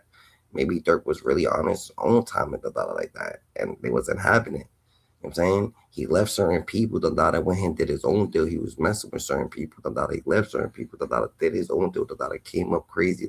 Still coming up crazy. Went to Atlanta. Came up. Maybe they wasn't liking that. That's why he probably still in Atlanta. Because that's where he was safe to make music. There's artists that make music that are hot, that got a large following. There are lots of them, and he could, you know what I'm saying, rap with them and have features and do this and do that. Come up himself, but maybe they wasn't feeling it. They took him out. Some of the higher ups in the industry. Who knows? Do you think? All the different. They have a litany of evidence against Lil Durk, so we will let you know how this winds up. We're going to follow that trial and follow this case, all the way to the culmination of it. But I had to give you this news. The feds saying he put $1 million. He wasn't playing around. And look, we all knew this. Come on, man, we knew that. Have you ever seen Durk at the all white parties with little baby in them? Have you ever seen Durk at the Diddy parties? Have you ever seen Durk at these people? Have you ever seen Durk at a Rock Nation brunch? Have you ever seen Durk over here? You won't see Durk over there. And Durk's a big artist. Why ain't he messing with these people and not messing with them? Like, that's so crazy. You gotta watch it, man. It gets crazy like that. When we seen King Von get murdered the way he got murdered, we knew that he was gonna slide. I didn't know it'd be $1 million though, allegedly. We all knew that. We knew that. This is the life that these brothers come from. I'm not condoning it, but he was birthed into this. He was true to the shit. He lived by it, and now he might have to die by it. Now he might have to do a lot of time, probably the rest of his life in prison, by it. You put these guys are coming up. Example I always give is you put a child in a damn jungle. Lions, tigers, bears, poisonous snake, poisonous spiders, poisonous mosquitoes, all that, alligators. You have to learn to adapt and survive in that environment. If you walk the wrong way, if you climb the wrong way, if you sleep too long, if you do something wrong, you'll be killed, you'll be murdered, you'll be slaughtered, you'll be taken out. So you learn to adapt, you learn to survive. And you know it's kill or be killed. So I know this goddamn tiger's coming. If I slip up. Nah, I feel like Durk, he went out his way, to put himself, in the predicament that he's in, How you go out your way, to go put yourself, in the predicament that you in right now, Gigi? That don't make no sense, Like, you paid $1 million to get yourself in a cell. Because you paid $1 million to some store runners. You paid $1 million to people who didn't deserve it. You ain't paid. You should have gave them $1 million to some UFC fighters. They probably would have beat them to a pole, you know what I'm saying?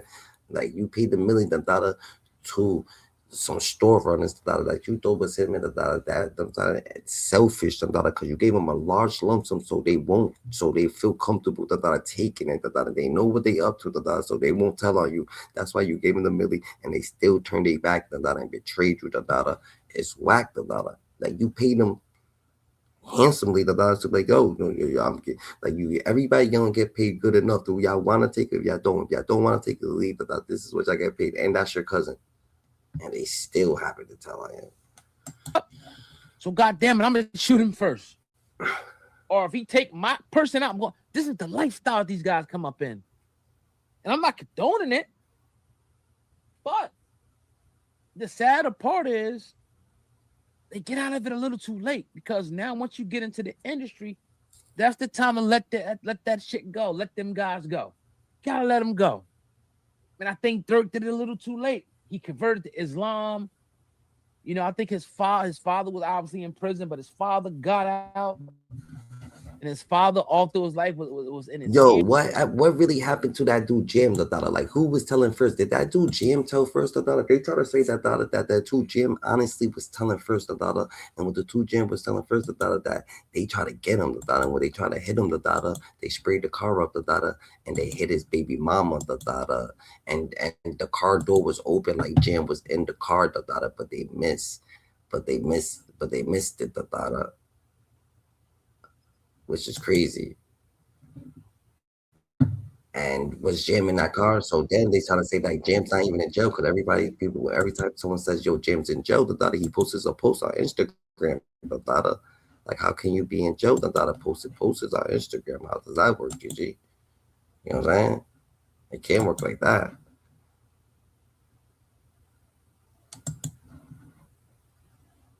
So where's Jim at? And allege that Lil Durk offered $1 million to anybody on the team. You know what I'm saying? That could exterminate. You know what I'm saying? They didn't kill him. They end up killing Lil Pop. You feel me? But they saying Dede is the one that recruited everybody, told them, you know what I'm saying, they do the job, Durk was gonna pay them $1 million. So we finna get into all this, but I'm gonna tell y'all why it might be over for Durk. I'm gonna get into that. So look, federal prosecutors have pushed back against the defense request for a bill of particulars laying out their theory of the case. According to the government, the alleged reward for the hit was exposure in music videos and mentions in rap lyrics. Prosecutors also claim Lil Durk used coded language telling participants they will be straight. They allege OTF Dede then recruited Hitman and promised $1 million on Durk's behalf, identified Dede as one of Durk's lieutenants. So now they calling Dede one of Durk's lieutenants. So Dede's definitely telling. So Dede's telling because he's saying that he's the one that like, how do they know that Dede did all this? So Dede's actually told on himself and he said everything he had to do Vonnie probably is too, because his pops don't put him on blast like a mug, that made the feds probably talk to him like, yo, tell us about all this shit, we want to know what your dad's talking about, or whatever the case may be. And now this is crucial, this case is probably just so deep, and there's just so much going on, because who knows how much Dede knows? They ain't Dede the dude that got kidnapped and he cut his hair, so once you start talking, they want to know about that story too. Why you got kidnapped? Who kidnapped you? Cut your dreads off, had you on camera? Who did that? Alongside another co-conspirator, the defense is expected to file its response later today. All right. Then one of them I'm doing lives up for my brother Lil Durk, man.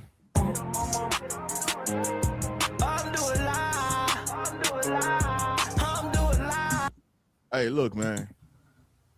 I'm gonna be real with y'all, man. Durk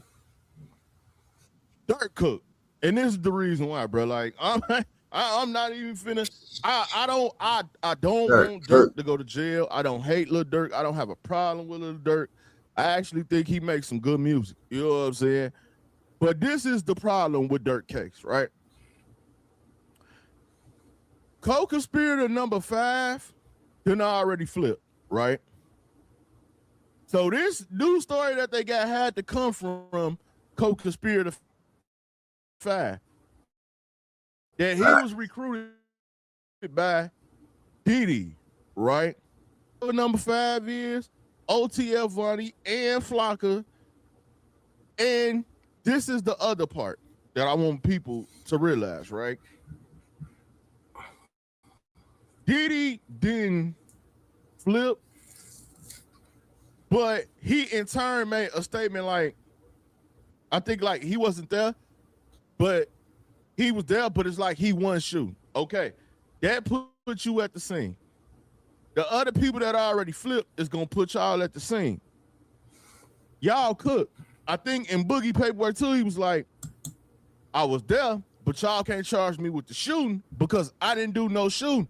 But you saying you was there. You just saying that. Dede done already told on himself that Vonnie that put himself out that we don't know what's going on with Vonnie that but Dede that went all the way into that. You could tell that you seen the video of Dede that getting kidnapped or whatever case may be, but none of that matters. That Dede that he already said that like yo. He's thinking already like, yo, I ain't got nothing to do. The whole time, probably why it was going on, Dede was like, yo, if I get caught, that I ain't do it. I wasn't here. That's a weak mind person. What you mean? Do you know what you're planning? Do you know? Like, don't think like that. So now he's thinking like, let him get himself. Everybody's for themselves. Let him get himself out of this situation. How can you do that? That you wasn't the shooter, but you said that you was that. Okay. Parents of children who play Roblox. Like you was there. That's how they get you out. They're like, yo, we know that you're the good dude, and we know you ain't want none of this shit to happen. Just let us know if you was there or not. Just we know what your thing. Matter of fact, they don't say that. Let us know if you was at this. Like we know you ain't the one that had anything to do with it. Just let us know your part in the situation or something. And then that boom, then he was like, yo, this is my part. I wasn't a shooter. I didn't have nothing to do with it.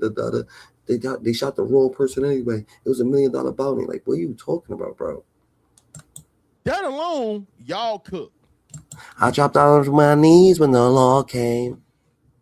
I dropped down to my knees when the law came. You see what I'm saying? Now, this is the thing. For one, this is a RICO case. It's not a state case like that YSL stuff. What this is a federal RICO case. You see what I'm saying? When that jury hit a breakdown and start, okay, you was there. All y'all OTF, they flipping, they saying y'all this, they blaming Lil Durk, or whatever. So that's like saying this, right? Let's just say if they point out Boogie, right? And Boogie say, I never talked to Lil Durk at all. He ain't had nothing to do with it. Okay, cool. If Dede say, I never talked to Lil Durk at all. He ain't had nothing to do with it. Okay, cool. That's just two of y'all. Vonnie was on the plane with Durk. Vonnie on camera getting the rental cars, the bass. Vonnie on camera at the hotel. Vonnie on camera at the airport. Vonnie knows a lot, That's fucked up. He trusted Vonnie too much, Vonnie got himself. Yo, I don't even know how. Yo, don't you feel like this is so mediocre, bro? Like Durk put himself in a whole predicament that's so fucking like so dry, Like, first of all, y'all hit the wrong person. Y'all didn't even get your target. It's a whole $1 million bounty, Everybody just talking, You shouldn't even be involved in the situation from the jump, You over here riding with these people, Those are King Von's cousins, They could have just. They could have grieved their own way. You didn't have to help them, so you could be like, yeah, we already slide for on, so you could go on DJ Academics and just have something to not talk about. And if this shit got done and it didn't get done, that you ain't have nothing to talk about. You never got nothing to talk about. So don't think that you do something so you can have something to talk about, because you can't talk about it anyway. So this is a real lesson for y'all, that whoever thinks y'all gonna do something and talk about it after. Nah, you can't talk about it either. So if you don't want to do it, just don't do it at all, because you ain't gonna be able to talk about it anyway. You know what I'm saying? You don't get no brownie points for no real shit. You just a real nigga. That's how you live. It's no brownie points. You don't get rewards for the way that you are. Like, what are you talking about? That's just in your character. They got the person that booked everything.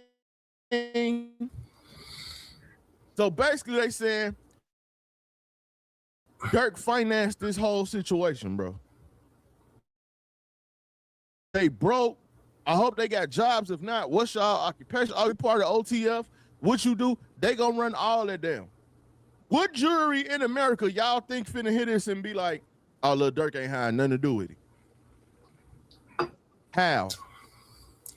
Now, don't get me wrong. Drew a good lawyer, excellent lawyer, but I don't think Drew ready for the amount of snitching that these dudes finna do. I'm talking about the amount of Drew's a great lawyer, but I feel like Drew, I'm saying he's going against the big ass machine, and these people, I feel like they not about to let Drew act like they dumb.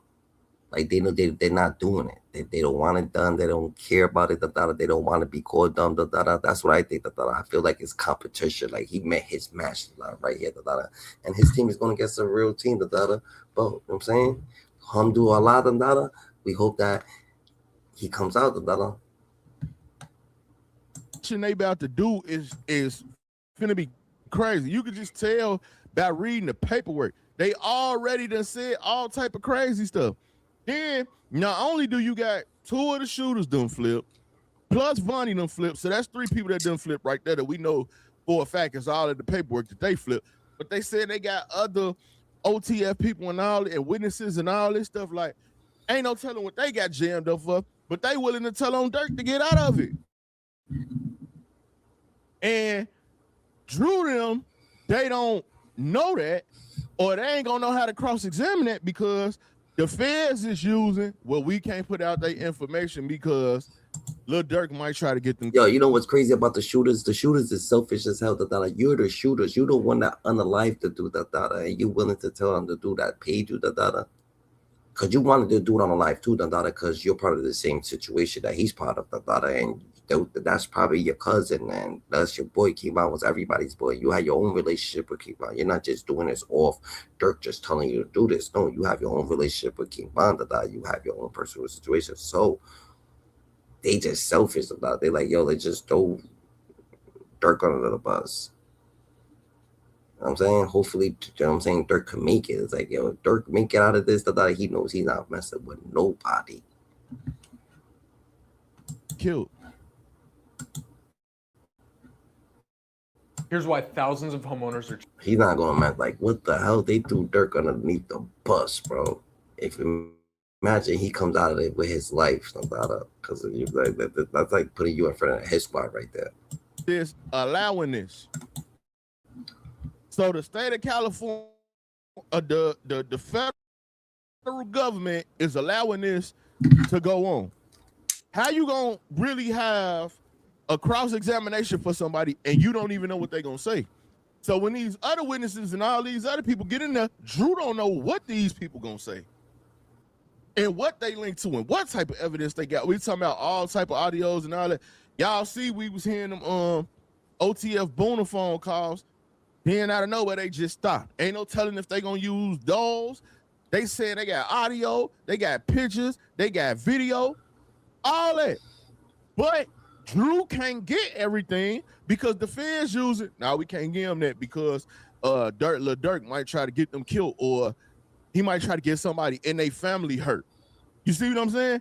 So Drew don't really know what he up against. He have no clue.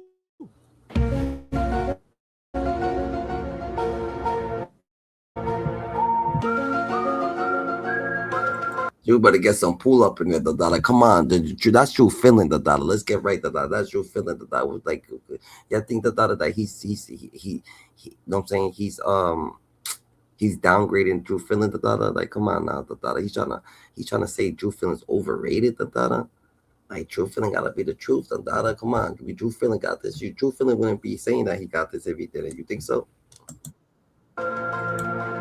He know what the paperwork's saying. Now Drew could say, no, they lying on Durk. Bro, listen. Let me tell y'all, I ain't gonna lie to y'all. One thing I've never seen in America.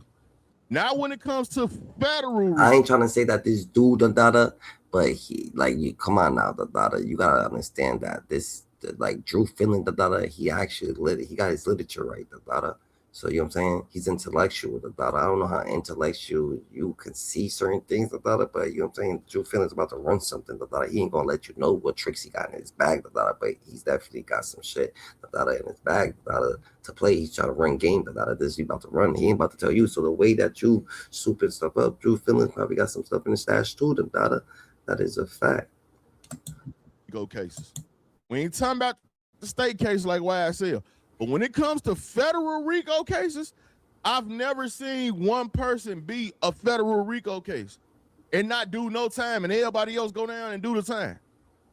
So that's what I'm saying. Even the people that's not all the way snitching, they lawyers is basically making statements. It's like, you semi. But if Durk could come out with his life, if Durk could come out with 10, that's his life, Like, if Durk could come out of this situation, with a 5-piece McNugget, a 7-piece McNugget, a 10-piece McNugget, he's probably gonna be happy with that, You know what I'm saying? A lot of people ain't gonna be happy, but it's just like he's probably gonna be happy with that, Durk's a strong person. We can't even lie, for him to be facing all this, and still be in a good spirit, still be good, to go, this is a real heavy case right now, this is crazy, this just determines his life, his future, and he already built it, so this could destroy or just, you know what I'm saying, create but no, but at the end of the day, it's gonna take time.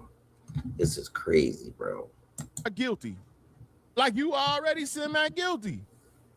Okay, he won that, he was the driver. You still going down for murder.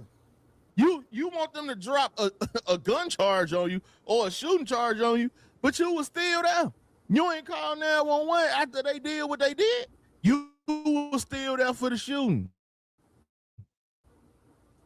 You still gonna have to take the rap for that. And this is why I say, yo, Diddy just one of them people. That's how you know that Diddy's mad mediocre. You would think this is some top-notch gangsters. Like, I know some younger people that won't even talk so much to the boys, and he's saying this much, oh, I wasn't there and I seen these people shoot and this. What are you talking about? That's something some little dude would say, Didn't your lawyer, you got lawyers to tell you what to say, what not to say, Like, are you gonna do this or you're not gonna do this, Like, what game you're playing, Like, even civilized people know this, civil people know this, We ain't just talking about, oh yeah, these people, Nah, a Karen, if their son got locked up, they're like, oh, don't say nothing. I seen a cop tell another cop, don't say nothing, to you get there. Don't say nothing to your in front of your lawyer. Like, what the hell? Ain't he a cop? Like, why wouldn't you? He told the other cop not to talk to other cops till his lawyer arrives. So that's just natural law, and these people just trying to get out. Lil Durk is cooked because Drew don't know what these people finna come in here and say on him. And whatever they say, the feds gonna have their proof to back up whatever they say. Now I know what Drew think. Well, it gotta be proof that Durk paid the money. It gotta be proof that Durk gave the money out. It gotta be proof that he did this, he did that. Not necessarily. Because this is the thing. Even if the feds can't prove that Durk paid the money, it don't matter. Because where y'all think Vonnie told him he got the money from? Imagine being able to build anything just by thinking about it. Meet Base 44, a complete AI creation platform made for anyone with an idea and a drive to... Yo, that's different, That's different. Durk didn't pay. they say they didn't even pay nobody. So what are you talking about? Vonnie's gonna say that he got the money to pay. Vonnie paid him. Vonnie been had the money. OTF credit cards. The OTF jet. Ain't no Lil Durk had to send an do a lob because Lil Durk had a jet.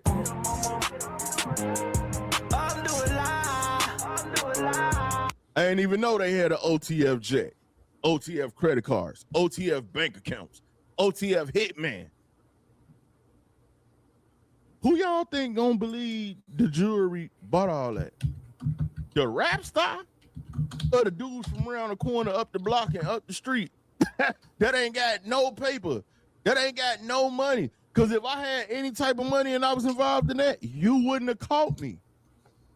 I wouldn't have went back to, I'd have left Chicago. You wouldn't have caught me at all. I'm gone. Pew. I'm on the run. Pew. Gone. But all these dudes done pretty much flipped and gave up the case already. So Drew got to figure out how he gonna get Lil Durk out the situation with all these other people being able to say whatever they want to say. And to me, when the government do you that like that, that means they want to get rid of you regardless, bro. Because they're basically telling your defense, you not gonna know everything we got, and you not finna see all our witnesses, and you not finna know everything our witnesses gonna say until the trial start. How Drew's supposed to defend against that? They don't know who going on that stand. They don't know what they gonna say. They can't even, defense ain't even giving them all the information that the people that was in on it said. The ones that flipped and all that, and the money and all that, like, come on, bro. Lil Durk, I don't know why Lil Durk put himself in this situation, man. But right here in the new paperwork, as y'all can see, it say the defendant banks told co-conspirators. Yo, it's like them people wanted him to tell them. It's like them people, right? OTF members wanted Lil Durk to tell them to write the data when they could have just wrote themselves the data. Like you could, like, you don't gotta tell people to write the data. Like if they don't want to write the data, then they don't want to write the data. It's not like, you know what I'm saying, you ain't gotta pay people. It's not about that. The data. If people's passed away, it's your people's. You don't feel like doing it. It is what it is. Durk, the data, you should just let it slide. The data, you inserted yourself in this situation. That this is bogus. It's a bogus situation. The data, it wasn't worth it. The data, you know what I'm saying, it was no prize in it. The data, even the person who passed away, y'all saying it was the wrong person. So, like, what was the prize in that? He will reward anyone who helped kill Quando Rondo, that defended banks and other OTF conspirators attempted to murder Bowen in Los Angeles. And even though the co-conspirator killed Lil Pop, not Quando Rondo, defended banks nonetheless rewarded them by, among other things, featuring many of the direct participants in the murder in music videos and rap lyrics in months following murder. See what I'm saying? They got all that. The Aha, the other song he had did. But Aha for sure, that's gonna be in there. The crazy part is that all them songs mean nothing. Like, you know what I'm saying? You wanted to taunt him because he was. It's like you want to do what the other people's is doing to you. Like, you're not gonna make up your own selection.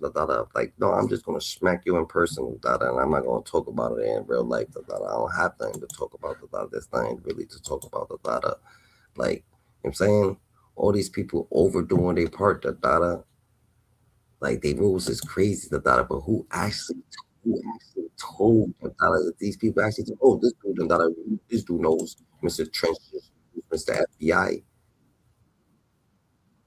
He knows, you know, this dude's an FBI agent for sure. He knows something for Chicago. He knows something. He's gonna give us a little bit more right here. He's gonna let us know how they, when one bills they had it in. Oh, they had it. They had the $1 million in all 20s. You had that $1 million in all 20s. How the hell you know that? They gave him $1 million in all 20s. talking about Lil Durk and the OTF murder for hire of Quando Rondo, man. And they just came out and said that it was $1 million bounty on his head. And number 5 is very critical to nailing Lil Durk to the cross, man. Make sure y'all smash that little button so this video. You see, I knew he was gonna have a like. Who's number 5? Number 5 is a person. CSI number 5, the daughter. Who's CSI number 5, the daughter?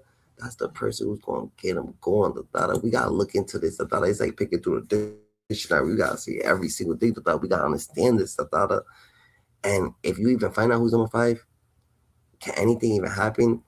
His people's is going to THF, Bezu's going to data, people's going to data. Do you think that this, like, all this has something to do with what's going on with Durk, or you think that they just actually got caught slipping? Now the other team is winning the data. You know, they try to put in a motion, you know, to get things thrown out before trial evidence. And the feds, you know, they said, nah, man, we I fell down to my knees when the law came. ain't throwing out nothing, or you not seeing nothing. That's what Drew fishing for. Drew is fishing for evidence. He trying to see who them witnesses is.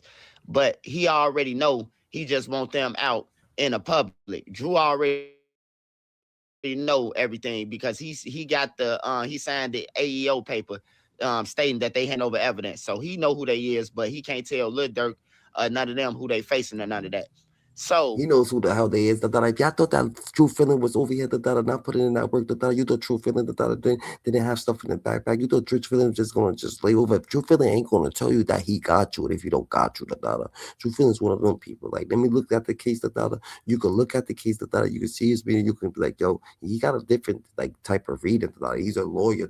That's like some people just naturally bred lawyers. You look at the case, you look at the paperwork, you look at the transcripts, you see all the mistakes, and you don't tell them about the mistakes they make. You know what I'm saying? You try to act like it's something else. Oh, they doing this. Oh, they doing that. Drew Feeling, everything that Drew Feeling said, it was critical to what he was saying. He was doing it on purpose, so he knew they was going to look into it. He's not just going to keep throwing shit out there. He wanted to distract them too. They trying to distract them with stupid shit. He's going to distract them with stupid shit. And then when we come here tonight, you're going to see what it is. Drew Feeling got a smoking gun. He ain't playing Little Durk is coming home, he said.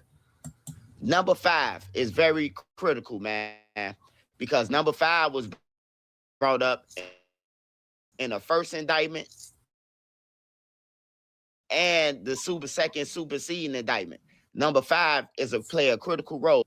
Phone call from number 4. Number 5 talked to Lil Durk and was on the phone, and they told him that they needed number 2, which is Jam. They said that we need number 2. Send for number 2.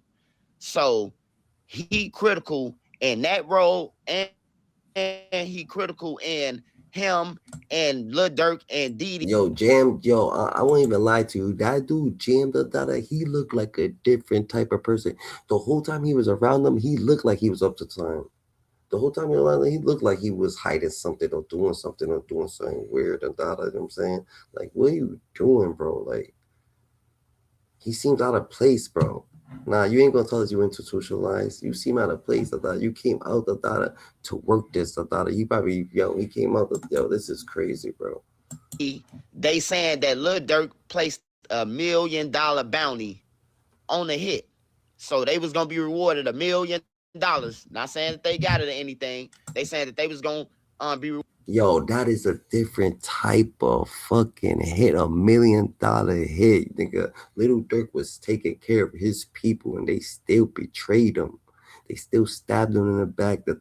They still did him dirty. They still was selfish. I wonder if they got that money. Like, yo, I'm coming home to that money.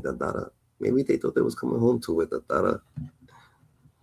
Awarded $1 million for the hit. Now, you got to think about it, man. Number 5 is missing. Number 5 is not locked up. Number 5 should be locked up, but he ain't.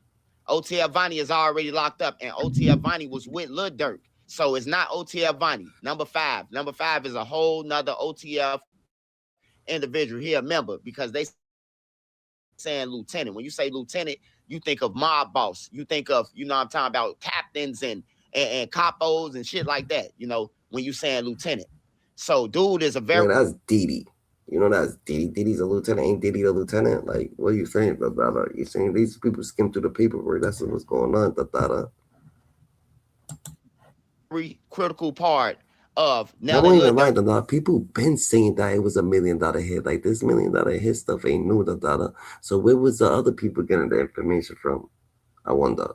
Where was the other people getting the information that it was a hit, $1 million hit? Like people been saying this shit, to the cross, because he the one had to tell him about the $1 million bounty, and somebody else had to confirm it, and they know that he was on the phone. He was the middleman with Dede. Dede in jail, Durk in jail, but number 5 ain't. Number 4 ain't in jail. He made the phone because he cooperated. He told them that he called Lil Durk. And then another person, number 3, which is the manager. Now, I don't fault the manager. You shouldn't either. He was told to book tickets. But then they saying that Lil Durk called him off a phone that connected to Lil Durk in Banks' name. This the paperwork saying it. They saying that if you're a producer who hates this, Yo, the paperwork's talking that Dede Siemens, a little suspect. Who you think's the Lieutenant Dede? Yo, Lil Durk got betrayed. They did him dirty. Did he know that? Yo, Lil Durk looks like, yo, I feel bad. He got his hair cut. His brother passed away. It's a dirty game. People don't even care. Like Chief Keef's over here doing his own thing. These people's doing their own thing. They don't even give a fuck. Like, was Lil Durk really not that person that people want him to be? Lil Durk had called the manager and told him, we thought it was Dede at first, but it was the manager, told him, don't book no flights with like under OTF. Don't book no flights that's gonna connect to him, basically. So use your credit card, and that's some slimy ass shit, man. So when the feds ran down on co-conspirator number 3, the one who booked the flights, he folded like laundry, man. Hey, look, you booked the flight for a murder for hire. You finna go win. Who did you talk to? So he had. Who the fuck is that Vonnie? So right there and then Vonnie just started talking. Like Vonnie knew nigga from the first 48 hours. The first 48 that he's gonna be talking. Because Durk was locked up in the first 48 hours. He was inserted into this whole situation. So y'all just automatically took the deal. Y'all folded. You could have hit him with the script. I don't know why he told. He could have hit him with the script. Give up some information. You know what I'm talking about? Then you got Vonnie, who was on a plane, who brought the ski mask, cars, and everything with an OTF credit card, man. Lil Durk ain't coming home, y'all, man. They saying $1 million bounty. They saying they can't show the discovery, but they study getting us bits and pieces, But it's a lot of people, and then you got Flocka. Now, when you say Lil Durk ain't coming home, when you say Lil Durk ain't coming home, that means that you actually feel that Drew feeling feels like he ain't gonna to do his shot. I feel like Drew feeling gonna come out with a miracle. Like y'all better watch it with Drew feeling. I'm trying to tell you, y'all playing with Drew feeling. Drew feeling ain't playing this shit. Drew feeling about to take that money. And just automatically do that's not how it works. That's not how it works, GG. Drew feelings about to give my boy like 10 years to get him out of this whole situation, or get him. So if he gets some time to he's gonna get Drew feelings. But he's fighting a Rico.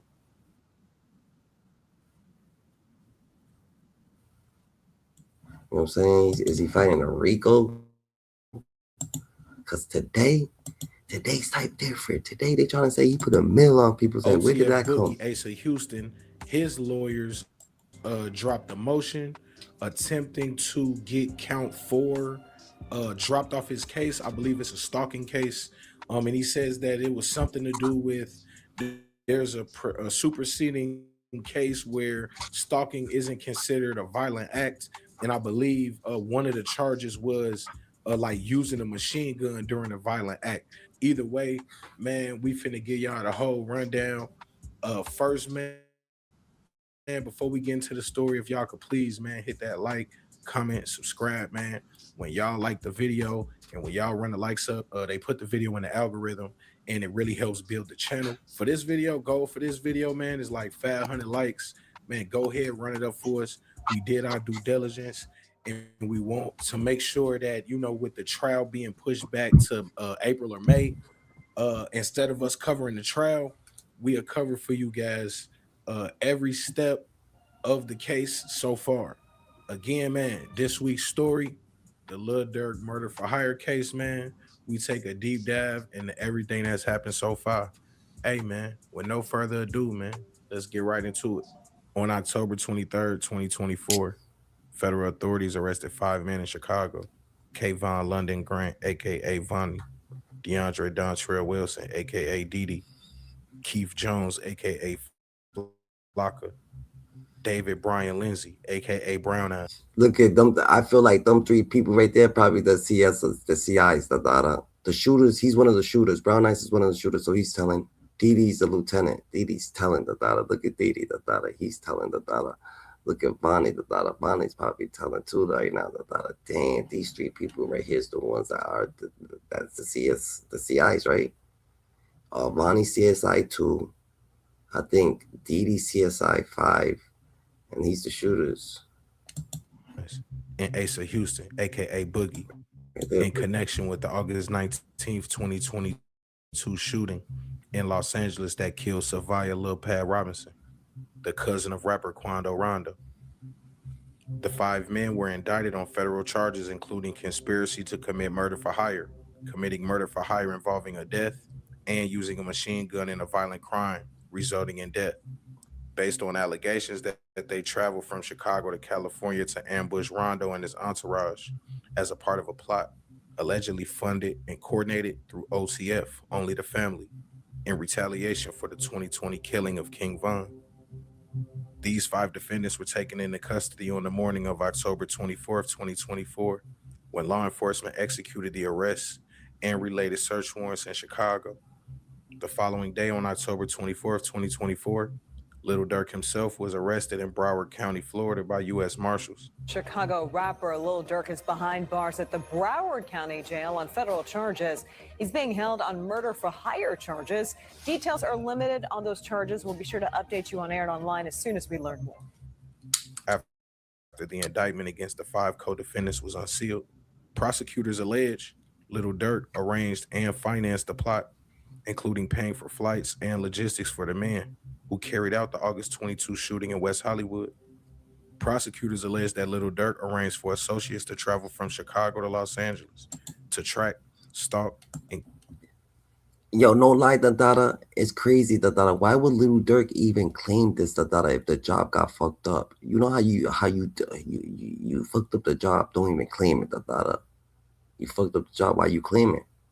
But he's over there on DJ Academics. You heard they don't say slack for Vaughn no more, right? Why? Because little Pop died? That don't even make sense. Niggas didn't even understand that Pop was a trade for Vaughn. He didn't know. You might need 20 of Pops for Vaughn, I guess. Kill the intended target as retaliation for the 2020 killing of his close friend King Von.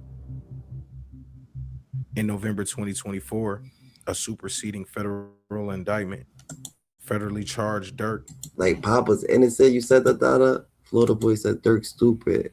Pop was an innocent person. The data, damn, that's crazy. The data, yeah, you can't claim an innocent person. The data, that's like King Von. The data, Pop didn't kill King Von. Yeah, that's a fact. The data, and King Von. The data, when that Malcolm Stuckey dude died, the data, he never claimed that body. You never hear him say anything about Malcolm Stuckey. The data, ever. The data, because he was an innocent dude. The data, why would you even be claiming that? The data. They should have took a page over Von shit, the data. And he still be out here. With conspiracy, murder for hire resulting in a death, and firearms offenses, bringing in 5 alleged co-conspirators, including Kayvon Grant, DeAndre Wilson, Keith Jones, David Brown Eyes Lindsay, and Asa Boogie Houston. Prosecutors laid out the allegations of the plot, alleging that it was planned and funded, including a use of a credit card tied to Lil Durk's record label, Only the Family. Lil Durk entered a not guilty plea and remained in federal custody. Not guilty, facts.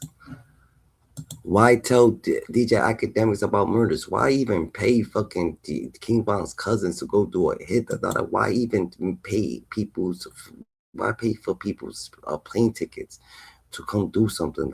You gonna pay? Oh yeah, come handle something. Oh, I'm gonna pay for your plane tickets. No, come handle something. Meet me here. That means you meet me here. I don't care if you took a Uber to Cali. Meet me here. I'm here. I'm over here. I'll be waiting. Find your way here. You need some money, ask for something, but you know what I'm saying? You don't gotta use the credit cards. Yeah, that's different. DS's legal team aggressively pushed for bond and dismissal motions, including arguing that prosecutors misled a grand jury by misusing lyrics and presenting evidence incorrectly. As the case moved through pretrial proceedings on April 18th, 2025, Lil Durk's defense team filed a motion seeking to dismiss the federal murder for hire indictment on the grounds that prosecutors misled a grand jury by presenting misleading evidence, notably alleging that they improperly relied on his song lyrics as evidence and other content they claimed had no valid nexus. Nah, but they saying that Dirk probably they ain't got no real information on Dirk that Dirk's actually gonna beat this. That's what they saying. Florida Boy 343. You know what I'm saying? The 3 hours DJ Academic interview, you seen that wasn't smart on his behalf? Nah, it wasn't smart on his behalf. It seemed like he wanted to play, oh, I don't see them saying that. Yeah, that was weird. Dirk cooked he should never went out there and talk all crazy. He probably, that's how it's like when that 6ix9ine went and did the what's that called, the Breakfast Club interview, and then the next day the feds came. That's kind of what happened. He went and did DJ Academic interview, and then what happened? And DJ Academics asked the question saying DJ Academics was trying to tell him shut up, which is crazy. How you got DJ Academics telling you that, yo, be careful, I don't think being quiet, not saying nothing? Like, you sure you want to say that? At the same time, the defense challenged the credibility of the government's evidence, including alleged evidence sourced from internet mashups and lyrics that did not come directly from Lil Durk or reliable OTF sources. This game, like, you know, nigga, you fucking up when you got DJ Academics telling you you sure you want to say that when you got DJ Academics saying that looking crazy when you're talking, like, yo, you sure you saying the right thing? I don't think you're supposed to be saying stuff like this. You know what I'm saying? It gets a little spooky real quick. Doesn't fit in, no act. His record label attempted to put up a hefty amount of like money and real estate to secure Lil Durk's bond. Although some reports claim that the bond package was up to $5 million, including, like we said, cash, assets, and real estate.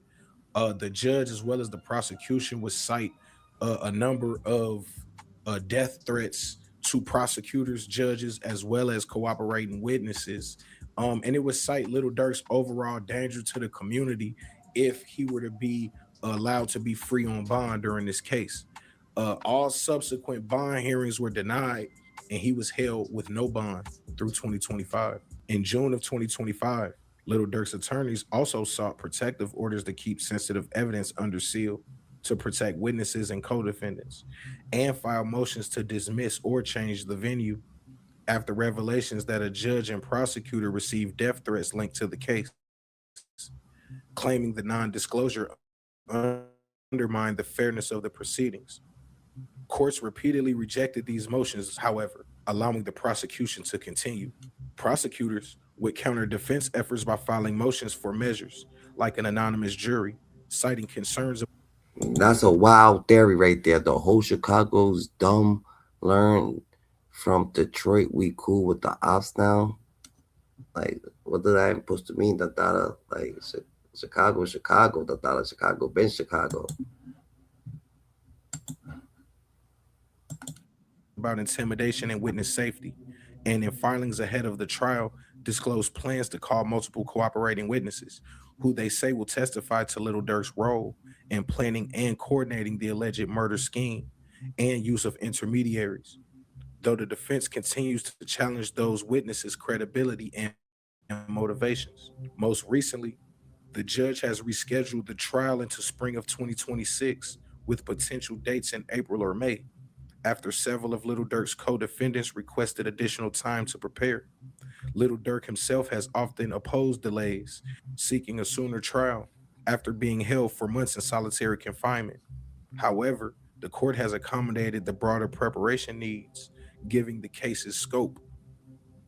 Throughout this entire period, rumors and reporting about cooperators have surfaced, with prosecutors asserting that they will rely on multiple cooperators. I know they looking at that dude Jim like, yo, how the fuck you get out of here, Jim? Jim's looking over there, like Jim got out the Jim, and then I don't know how, like they sprayed up the James, sprayed up James. James a shicey dude. He just bounced. James just left from the scene. The door was open. They didn't find nobody there. He just bounced from the scene. Like James different. Witnesses at trial, including confidential sources who provided details of the alleged planning, funding, and reward offers for the hit. In fall 2024, shortly after Lil Durk's federal arrest and the unsealing of the murder for hire charges, rumors began circulating widely in music media and online forums that an OTF affiliate known as OTF Jam had cooperated with law enforcement in the case, with some people claiming that he wore a recording device and provided information that helped authorities link Lil Durk and others to the alleged plot, as well as the 2022 shooting of Stephon Mack. These claims were further popularized by interviews and outlets where music industry figures, led by our own platform, suggested Jam may have been an informant, that his cooperation could have played a vital role in the building of the government's case.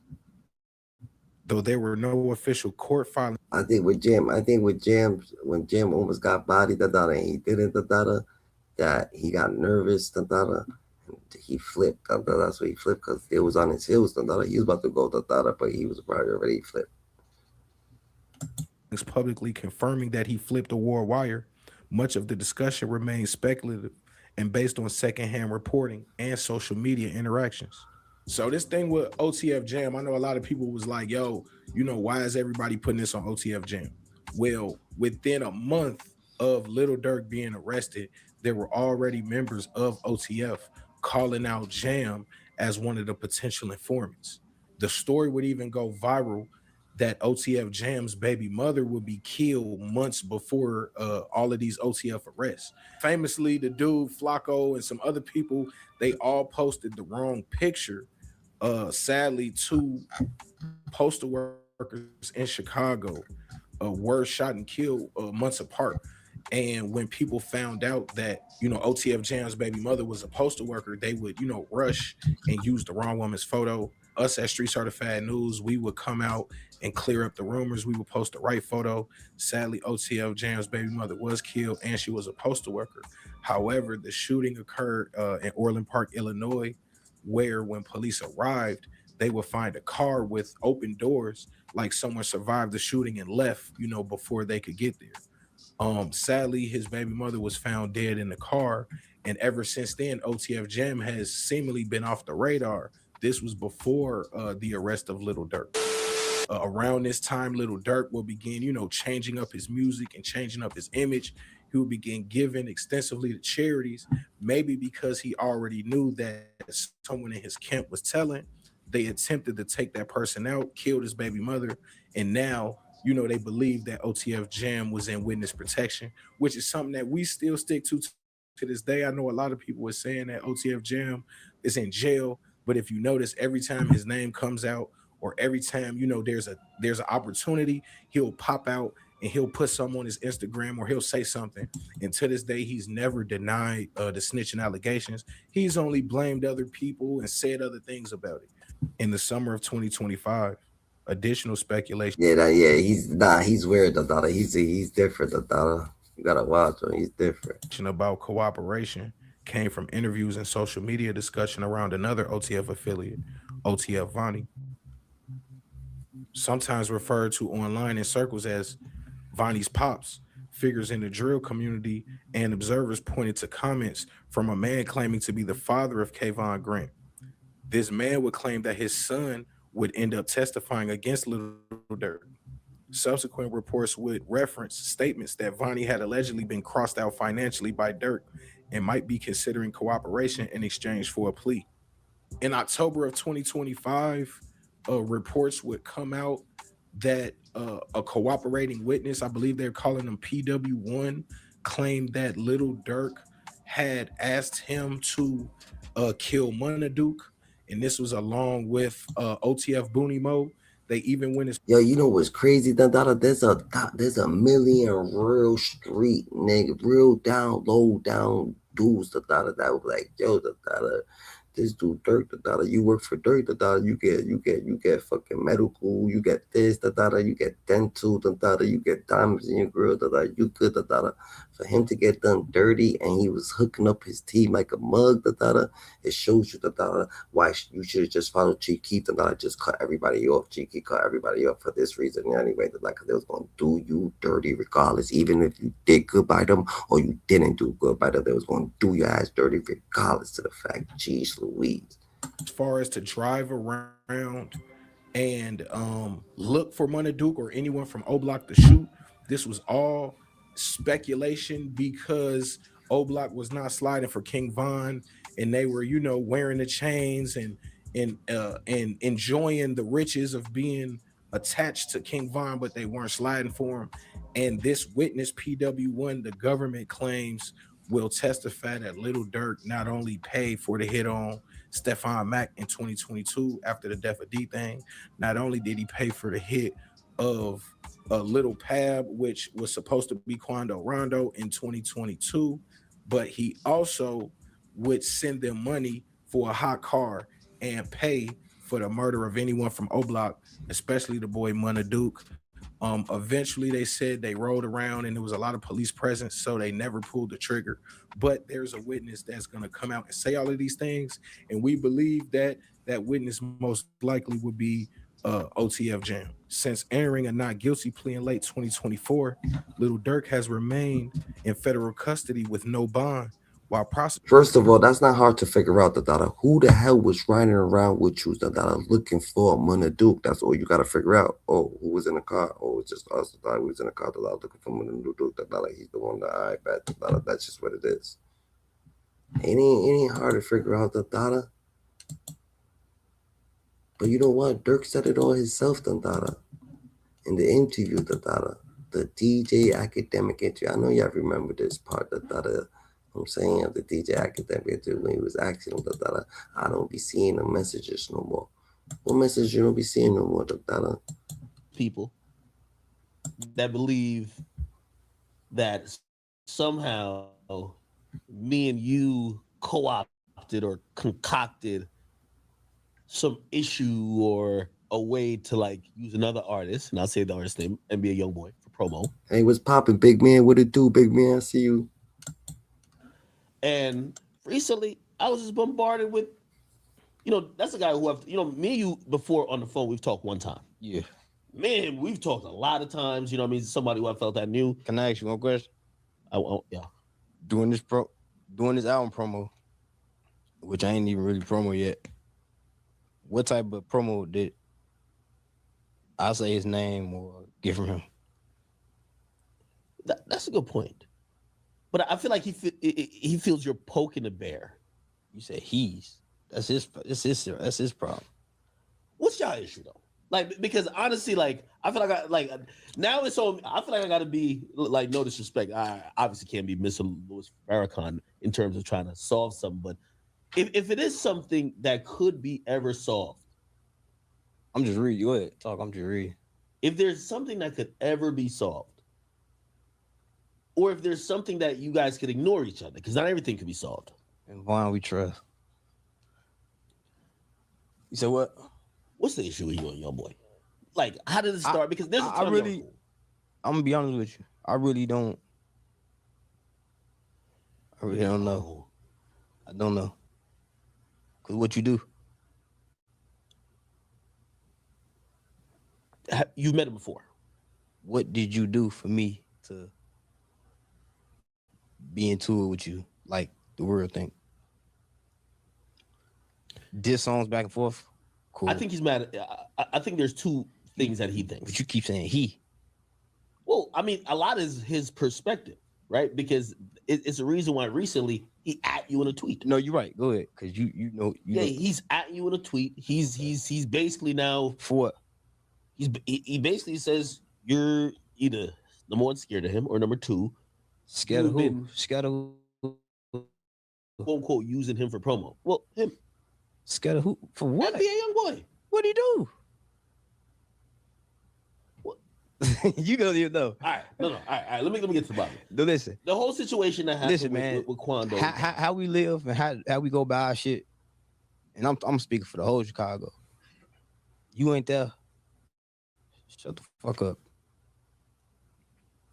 You weren't there. So you made a diss and said something about Von. That's why I don't fuck with you. You ain't did shit. You did zero. In reality. That's crazy, but Little Pop ain't do nothing either in reality. So logically, this all went down here for what? You got Richie Millie on your fucking thing. You over here talking to DJ Academics about nothing. You have no point to prove with DJ Academics. DJ Academics could think anything about you. You know who you are. Why would you care? He's an interviewer. He's a journalist. What you gotta do is talk to him so he can get an understanding. But damn, Durk, you went all the way out your way. Little Pop and then you know the logic of the extent that you're saying that he ain't do nothing, so Little Pop ain't do nothing either.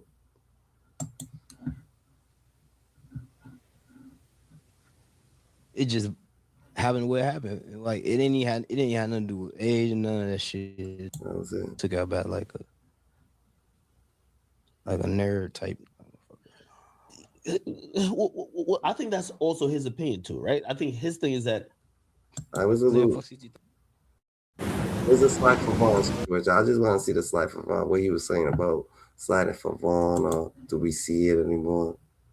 So we don't bring hate. You know what I'm saying? Just to a point where everybody think they gotta choose sides. My bad. It's just to a point where everybody think they gotta choose sides. But that's how the clubhouse is the. But are you carrying it like that? Be honest, because I feel ever since then, I really don't care like that. Like he says he's blackballed, and also because of people who might be, well, YoungBoy. I'm saying I'm blackballed. No, he's blackballed, and I think he probably feels like it's favoritism. Like he went off on me simply thinking that your quote unquote industry friends, which I guess he lumped me into. He's like, well, your industry friends are hating on me, or maybe me and Quando. So because of that one incident that he's looking at, do he got the biggest influence in the world? I mean, like, do he got like YoungBoy? Do he got a big influence in the generation? No, he has a big influence. Yeah. Okay, cool. He can call and do songs with people he want to, right? Well, not everybody. He just rapped in a new song. He said Drake turned him down. That probably hurt his feelings. Clearly hurt his feelings. He rapped about it. Are you calling around to the industry saying, yo, if y'all fuck with YoungBoy, we're done? And I'm gonna ask you that, especially because there's another situation. If you fuck with anybody that harm my people, I can't fuck with you. I'm not into it with you. Like if I see you, I ain't saying like I'm finna kill you. Just this nigga, he fuck. I just ain't gonna fuck with you. But it's music though, and they might feel like they don't have a pick aside. No, it's not music. It's Vaughn. Cause that's what the whole situation about. Yeah. So it's not music. It's Vaughn. It's not like no street fight or motherfucking. Then where it be like, man, y'all squash that shit. So somebody says, for example, the baby, he does a tape with him.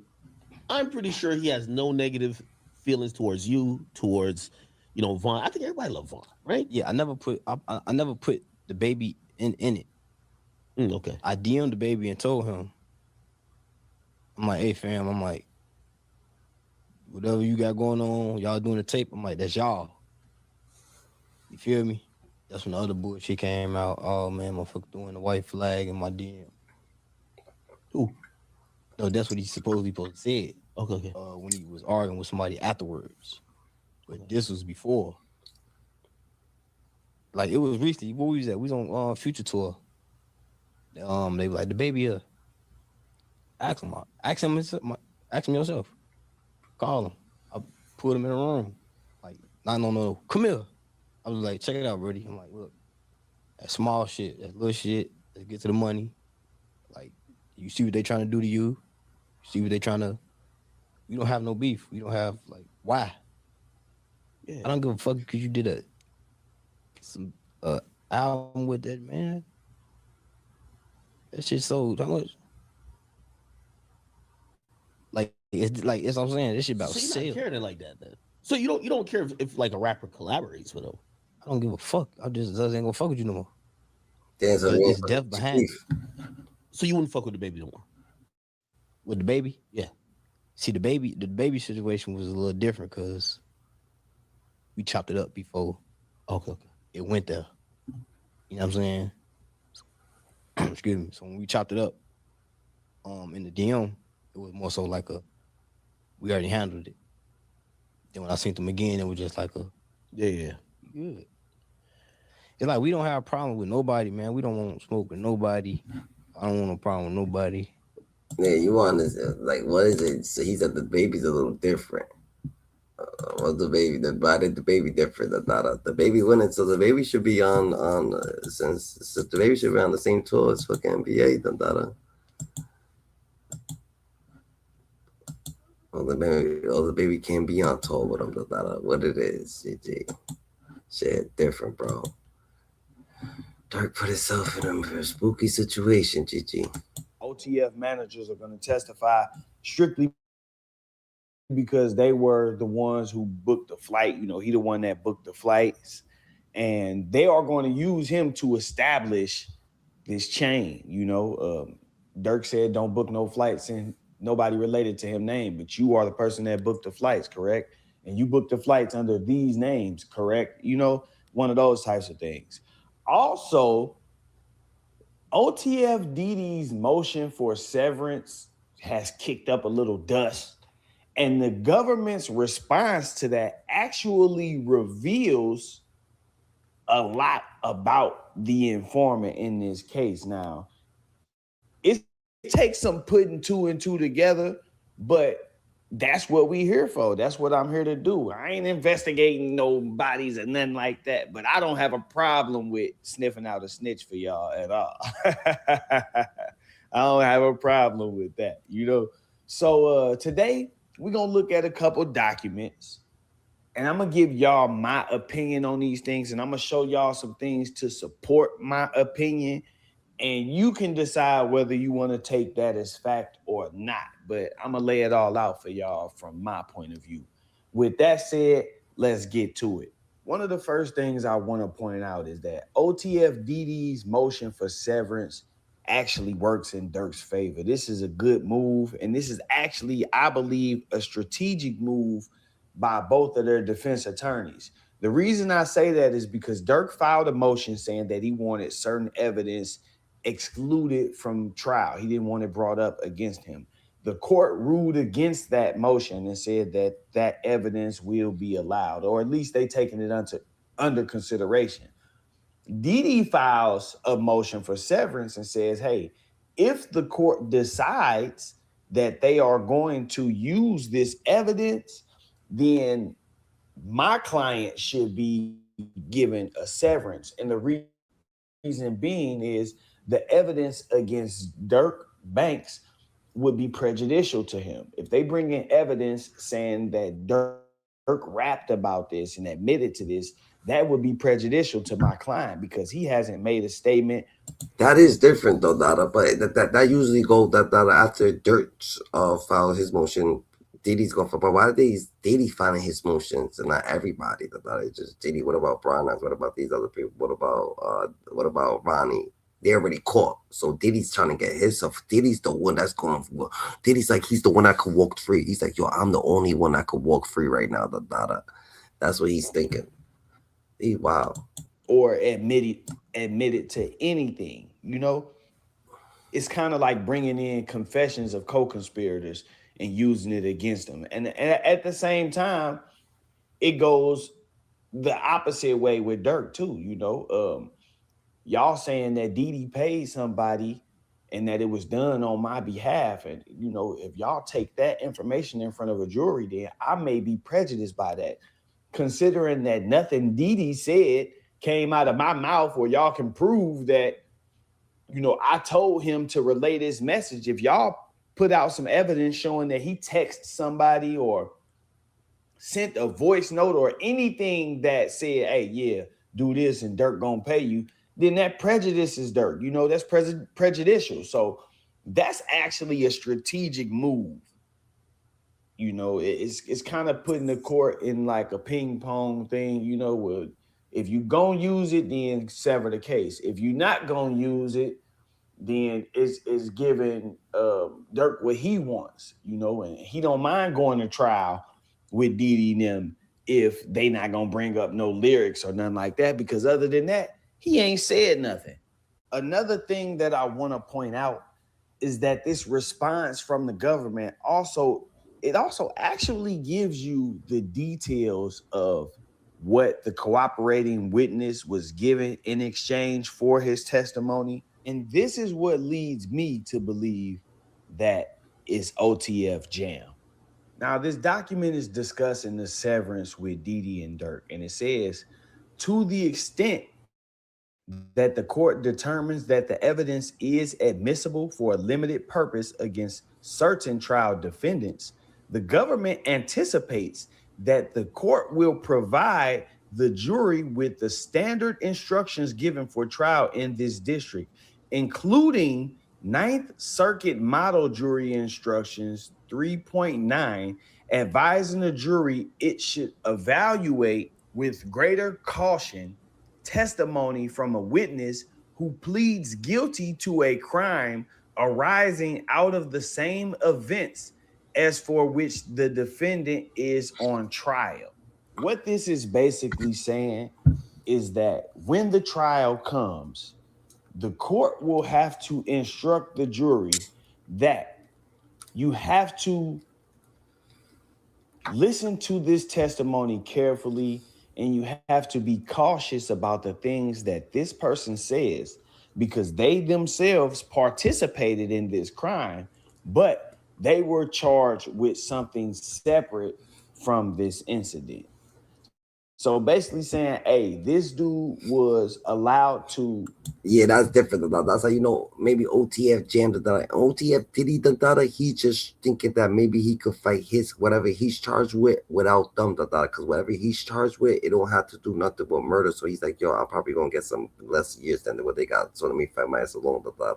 Lil Durk he gotta worry about people blaming him but he's like, I never really talked about nothing so they really ain't got nothing on Durk but what these people were saying and it's beneficial to them they like them is the OTF jam coming up with this. It gotta be cause but what does happen people be in the same rooms, they talk about their personal life, everybody's talking about what they do. You don't think they know about what they've been doing? They talk about they was in the suburbs now, they was rich now, they in mansions, so they talk about hood stuff, this, that, they wilding, so they could backstab you at the end. So anything could be fabricated or made up or old or something like that, and they just got them in here. Give us some information and get away with being charged with something lesser in exchange for telling you this. So you can't just take everything he say at face value. He has a reason to incriminate these guys. That's what this is basically saying. Now, this tells me that whoever this witness is has already been given their deal. This person has already been given their deal. It's been signed, sealed, delivered. They know what they are getting in exchange for cooperating in this case. The government already knows. It's already set in stone. Now, when you look at the list of people who are actually fighting this case, you don't see OTF Jam. But if you look OTF Jam up, this is what you find. OTF Jam was arrested in the city of Chicago on May 3rd of 2023. If you look it up, you can actually see the records of the arrest. He was arrested. He was arrested for unlawful use of a weapon by a convicted felon, previous conviction. But there's no record of him in Cook County Jail at all. Not a single record. There is no record of him in the Illinois Department of Corrections at all, meaning he's not back on a parole violation and he's not sitting in Cook County Jail. I also went to the federal BOP website. There is no record of him at all being arrested in the BOP. And this is what's suspicious about that. There is no record of any disposition in the case, meaning there's no record of this case being closed. There's no record of any court dates. There's no record of any continuances. There is no record of it at all. So we don't know what happened to this case. At least they want us to not know what happened to this case. But I'm about to tell you what I believe and what I see based on reading this paperwork. Imagine being able to build an app with your name on it. Just by thinking about it. Meet Base 44. In the federal system, they have the ability to file a case, but keep it off of the public docket. You know, and they call this overriding interest that outweigh the public's right to know the things that they use. And that, you know, they list the reasons for non-public cases. Among those reasons are preventing people from interfering with evidence tampering. You know, it's an ongoing investigation, you know, so they don't want people to know what's going on. Protecting individuals, informants, cooperating witnesses from retaliation of harm, safeguarding sensitive data. So, you know, they'll file a case and the case will exist in the system, but only the lawyers and the courts have access to the docket, can actually see that it exists, look it up, see what's going on in the case. This is because, like I said, they want to protect witnesses. If a person gets indicted federally and they start to cooperate, people know they have a federal case, and all of a sudden people start getting indicted, then it's easy to put together, okay, he got caught, now we all catching cases.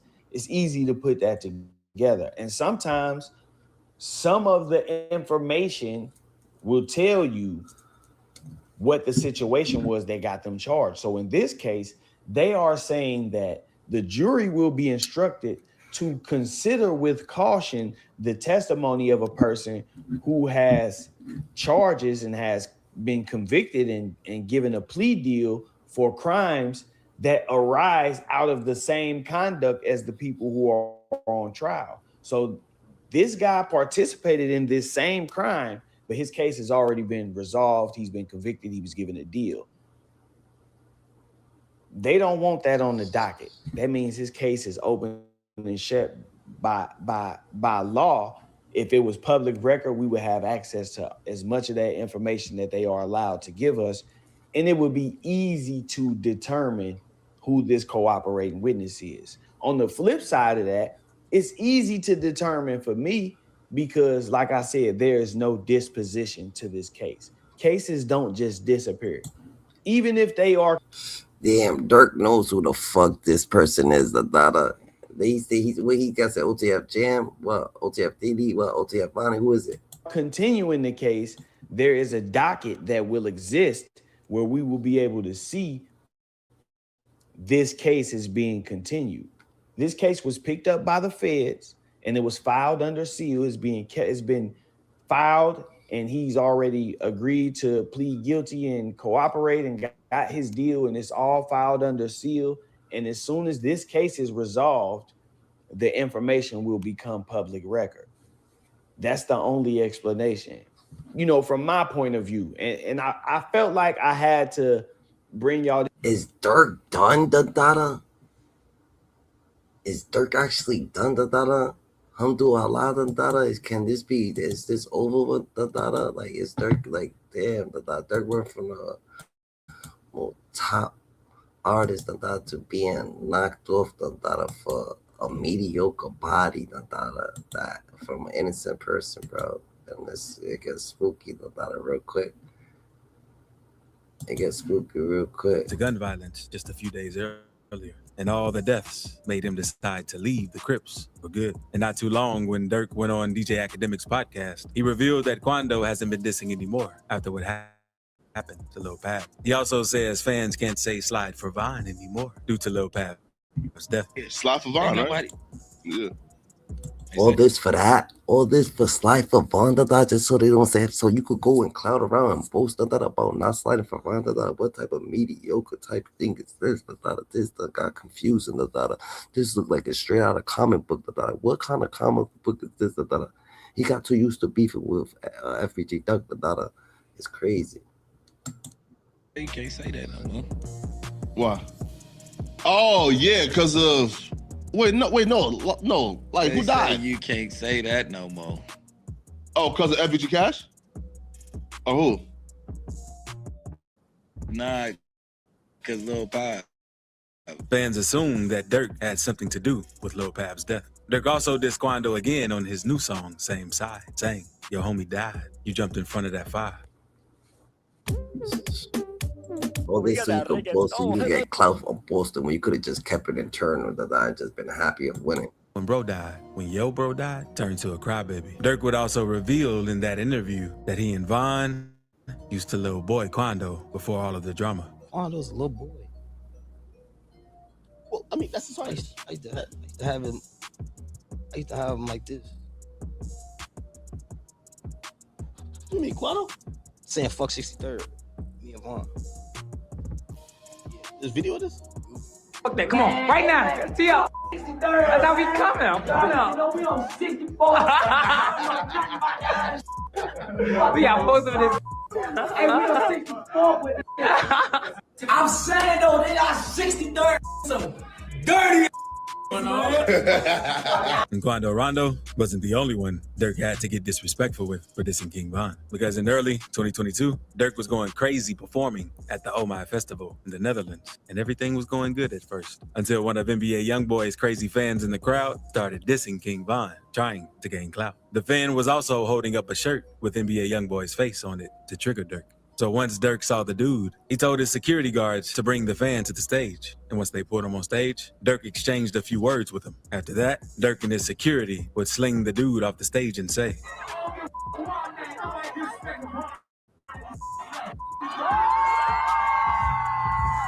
you can clearly tell the fan was embarrassed after what happened from the reaction on his face. And a few days later, the fan went on Instagram and explained his side of the story. So I went to him. And he started talking about that you're real gangbanging and shit, and he a gangster, and I can do nothing to him. And I told him, yeah, I represent, I have the shirt of NBA YoungBoy. So what you gonna do about it, you know? But what Durk did to 6ix9ine was unforgettable, because 6ix9ine had been trying to troll Durk and Von for years. At the time, they both would ignore 6ix9ine since they knew he would try to get them up. Man, this is personal, Dada. You bringing fucking fans up, Dada. Like, I don't get it, Dada. You gonna bring up fans up, Dada? Just like this is going personal. It don't have to be that personal. It's music. Keep it music. Keep it on the book, Dada. Y'all take his stupid thing personal, Dada. The dude looks like he was harmless, Dada. They look like the ignorance. Rested. But Durk linked up with Drake in 2020, and they dropped the track named Laugh Now, Cry Later together. And on that track, Durk finally decided to call out 6ix9ine, saying, can you not play that little boy in the club? Because we do not listen to rats. Durk was blackballing 6ix9ine with his bar, since he dissed him on one of the biggest songs in the world. And the beef would cool down a little, but in April 2022, things would spark back up after 6ix9ine posted a video with a Durk lookalike named Perkio. Perkio had already linked up with Durk, but he allegedly got set up to film a video with 6ix9ine. In the clip, 6ix9ine pulls out a jacket and puts it on Perkio. On the back was a picture of King Von. This guy brought the jacket. You know what I'm saying? It's the whole jacket. Good, just leave the jacket on. 6ix9ine would go on to send a ton of more shots towards Durk. And Durk finally got tired of going back and forth with 6ix9ine. So Durk uploaded his DMs with 6ix9ine on Instagram and revealed to 6ix9ine that he wanted to fight him. The message said, charge, and Keith didn't bail him out. In June 2013, the police allegedly caught Durk throwing a strap out of his car. So they booked him for unlawful possession of a firearm. He needed 10 bands to get out of jail, and everybody expected Keith to get him out, since he was a star at that point. But for some reason, Keith didn't help him out. And that's when problems sparked. A lot of Keith and Durk bros... If Keith wrong for not helping Durk, or shit, had Durk, just follow Keith, and did the same thing for them people, and he wouldn't be in the predicament that he is today, Like, that is crazy, since Durk has now turned his back on the streets, the same streets, done got him in a predicament that he might not be able to get out of, this shit is different. A tweet saying, "Free Durk," since he was locked up.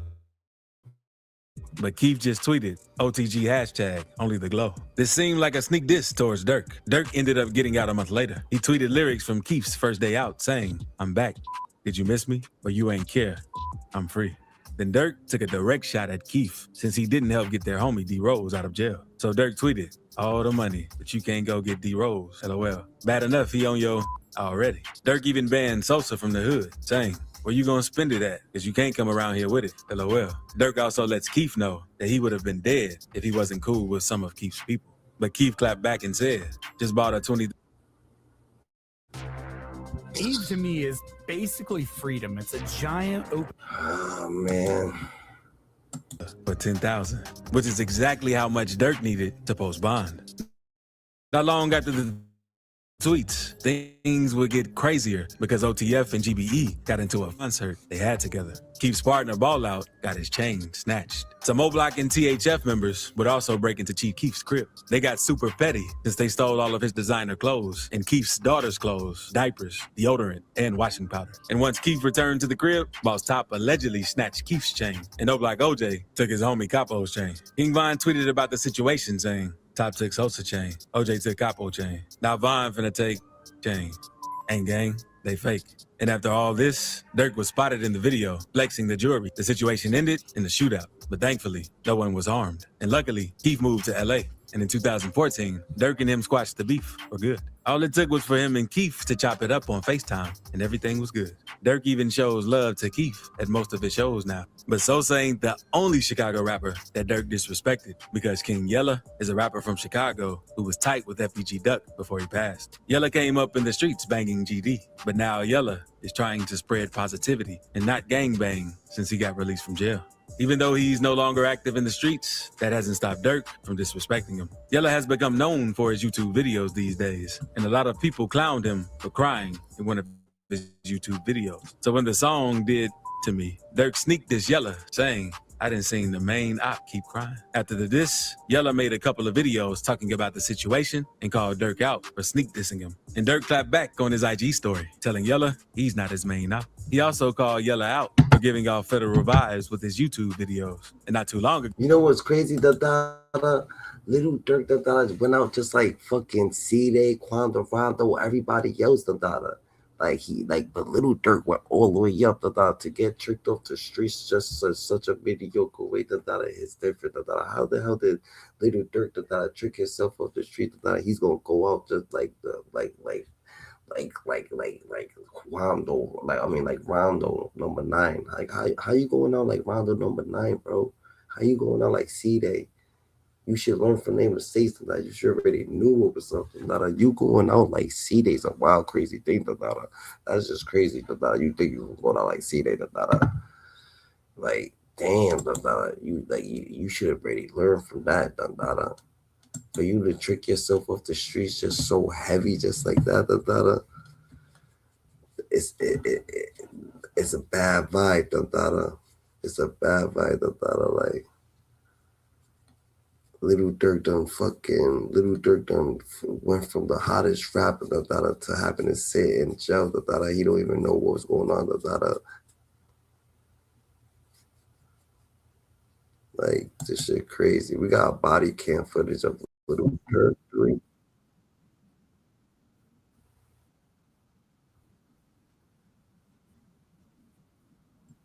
Let's see. Little Durk on body cam in jail. I don't know if y'all seen that. We're gonna have to check that out real quick. Little Durk on body cam. What? What? That's what we doing? He's my boy Durk. Durk, yo. Yeah, I said it. Talking to the people.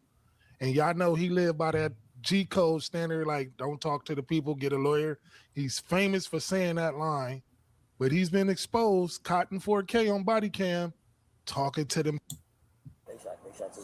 Did they shoot first at you? That's what I'm asking. Stairs.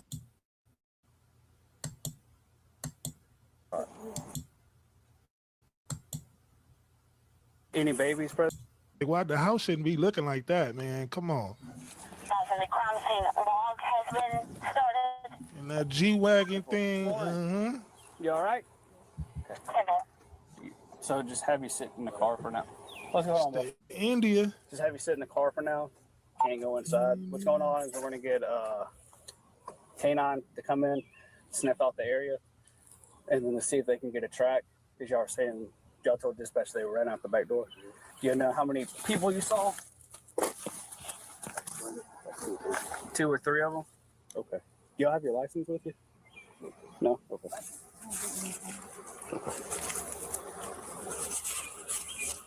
Were they wearing masks? Were they not masked? They had like a face mask on them? Okay. You good? Okay. Was there any babies present? Because I saw y'all had kids in there. Okay. What's your last name, man? What's your first name, Miss Cox? What's your birthday?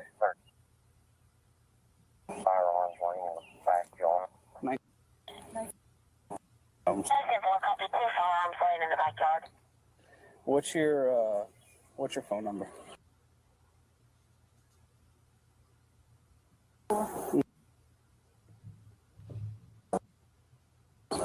Okay. You said.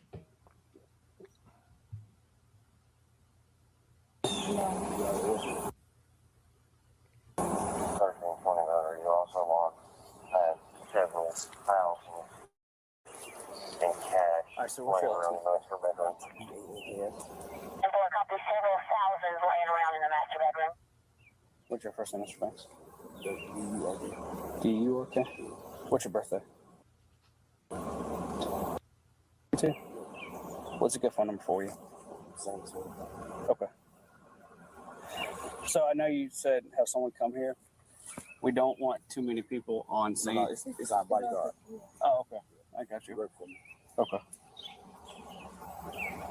Just have him park behind when he gets behind the deputy.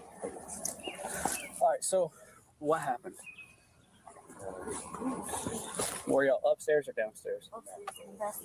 Okay. So y'all were upstairs asleep. What'd y'all hear? Oh, it sounded like glass. This big noise. Okay.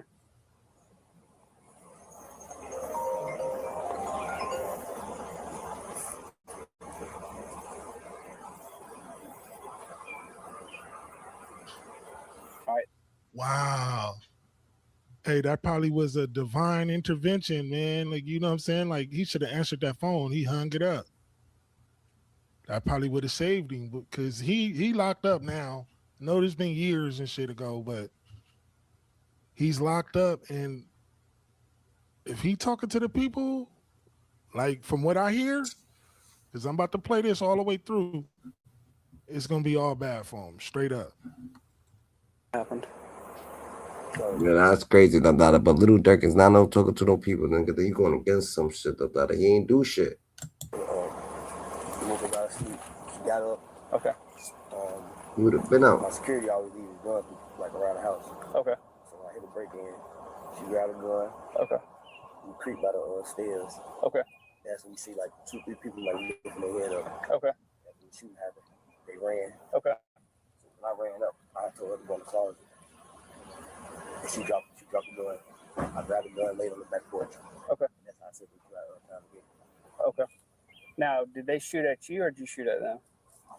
You shot at them? Did they shot too. Did they shoot first at you? That's what I'm asking. Wow. Wow. Hey, I'm taken back by this because this Lil Durk, you know what I'm saying? The Mr. Don't Snitch, go tell your lawyer. Wow. It's crazy. What you mean that he had to shoot? He shot at them for. He could have shot at them regardless of back in the crib. What do you think? Like, what do you think happens? How you, like, what do you think happens? Someone enter your house and you think you're gonna have to tell them like, yo, someone he entered the house, somebody them. See, they be talking all that gangster shit, man. The street code, don't do this, don't do that. But it's different when it's come knocking at your door. Like, nigga, they singing like a motherfucker to the police. Like, the best thing he could have did was just let her talk. Like, y'all should have already had that conversation. But look at his eyes, bro. I know his shit is always wide open like he wired and shit, but damn, bro, you gangster, you're telling, you're talking. You ain't supposed to give up no information, none. Zilch. Let the bitch do the talking. So they shot first. Okay.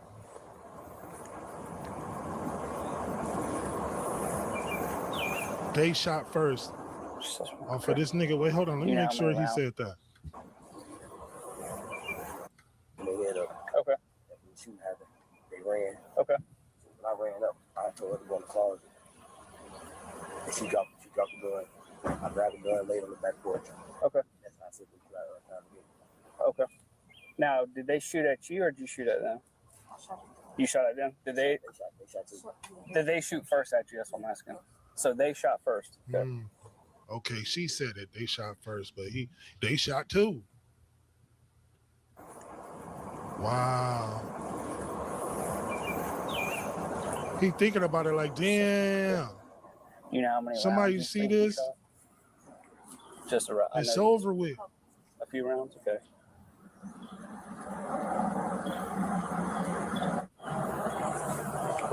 I know they sold the shit out of this house. That shit is gone. All right. So then once she dropped it, you picked it up and ran to the back porch. And then what happened? Did you say you laid down and watched them? I laid down. Okay. They started screaming. I think it's something. I couldn't really hear it. They were like, oh. Mm-hmm. I shot too. You shot back? You shot at him? Okay. Okay.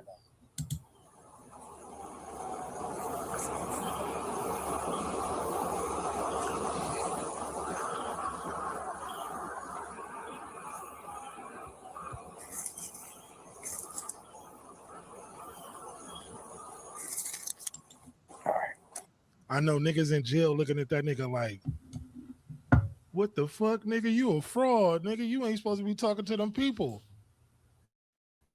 You're not. But like I said, it's different when people come knocking at your door and the shit happened to you up close and personal. Then all of a sudden, you singing to them people, explaining yourself.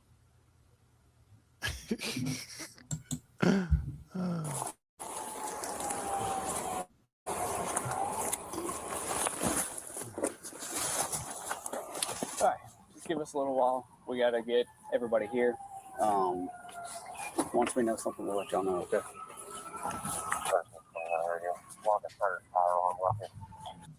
And I know it's a lot of gangsters out there probably watching this and probably be like, he had to say something to him. You know, he probably would have went to jail if he didn't say nothing. You know what I'm saying? He had to say why he shot. Like, nigga, if you from the streets, nigga, the code that you live and die by, that Yeah, say he shot. rapping in all your songs, you supposed to stand on that same shit. Keep them same principles when it happened to you and you the victim. You supposed to not say nothing. Because there's a lot of people out there that have been shot by their ops, robbed by their ops, and when the people come asking questions, they don't say nothing. It's part of the code. But yeah, it's some homies out there that's going to defend him. That firearm that y'all had. I don't need. Is that it? Okay, just leave it. Just leave it there.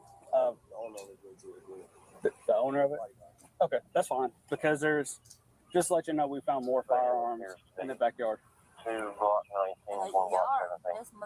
In the backyard. I'm just letting you know what's going on. So we found 2 more firearms. Oh, damn. They was coming to get him. Good thing they had that blick on them. That's on too, so I don't know if they dropped it. I don't know if they took it, and when the shot went out, they dropped it, or I don't know if they did. Okay. Where were they just laying around downstairs? Yes. When you come, you sleep in the basement. Like if you see me go to the basement, you go up there. Yeah, well, I saw that there was a safe back there, but that safe was locked. Yeah. Okay. All right. Now, I saw a lot of cash on the bed downstairs. Do you know how much cash you had inside the house? The safe was open. Now, only safe I saw was the gun safe. That safe was closed. What I'm saying is there was cash laying on the bed. Upstairs. Yes, that's what we were speaking. Yeah. No, not upstairs. Downstairs, there was cash. And then there. Well, the reason why I'm asking, there was cash on the bed, and then there was cash. I think there's like a TV stand. Now there was a black bag downstairs with drinks and stuff. Was that y'all's? Like you get at a convenience store, and they put all in the black bag. It was on top of It was on top of the mattress that was downstairs. See, like you talking about the main of it.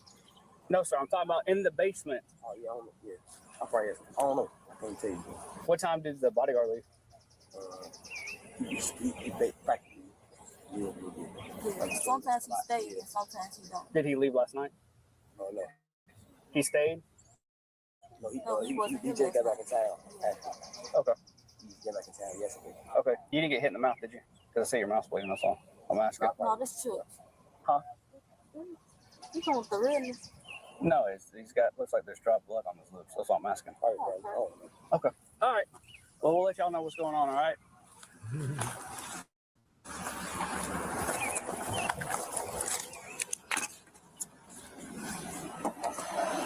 Mr. Banks.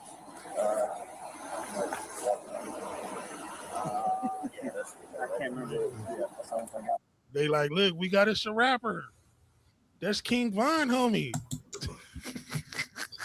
Wow, fuck. They don't even give a fuck. They just laughing. They're like, oh my God, look at whose house we at.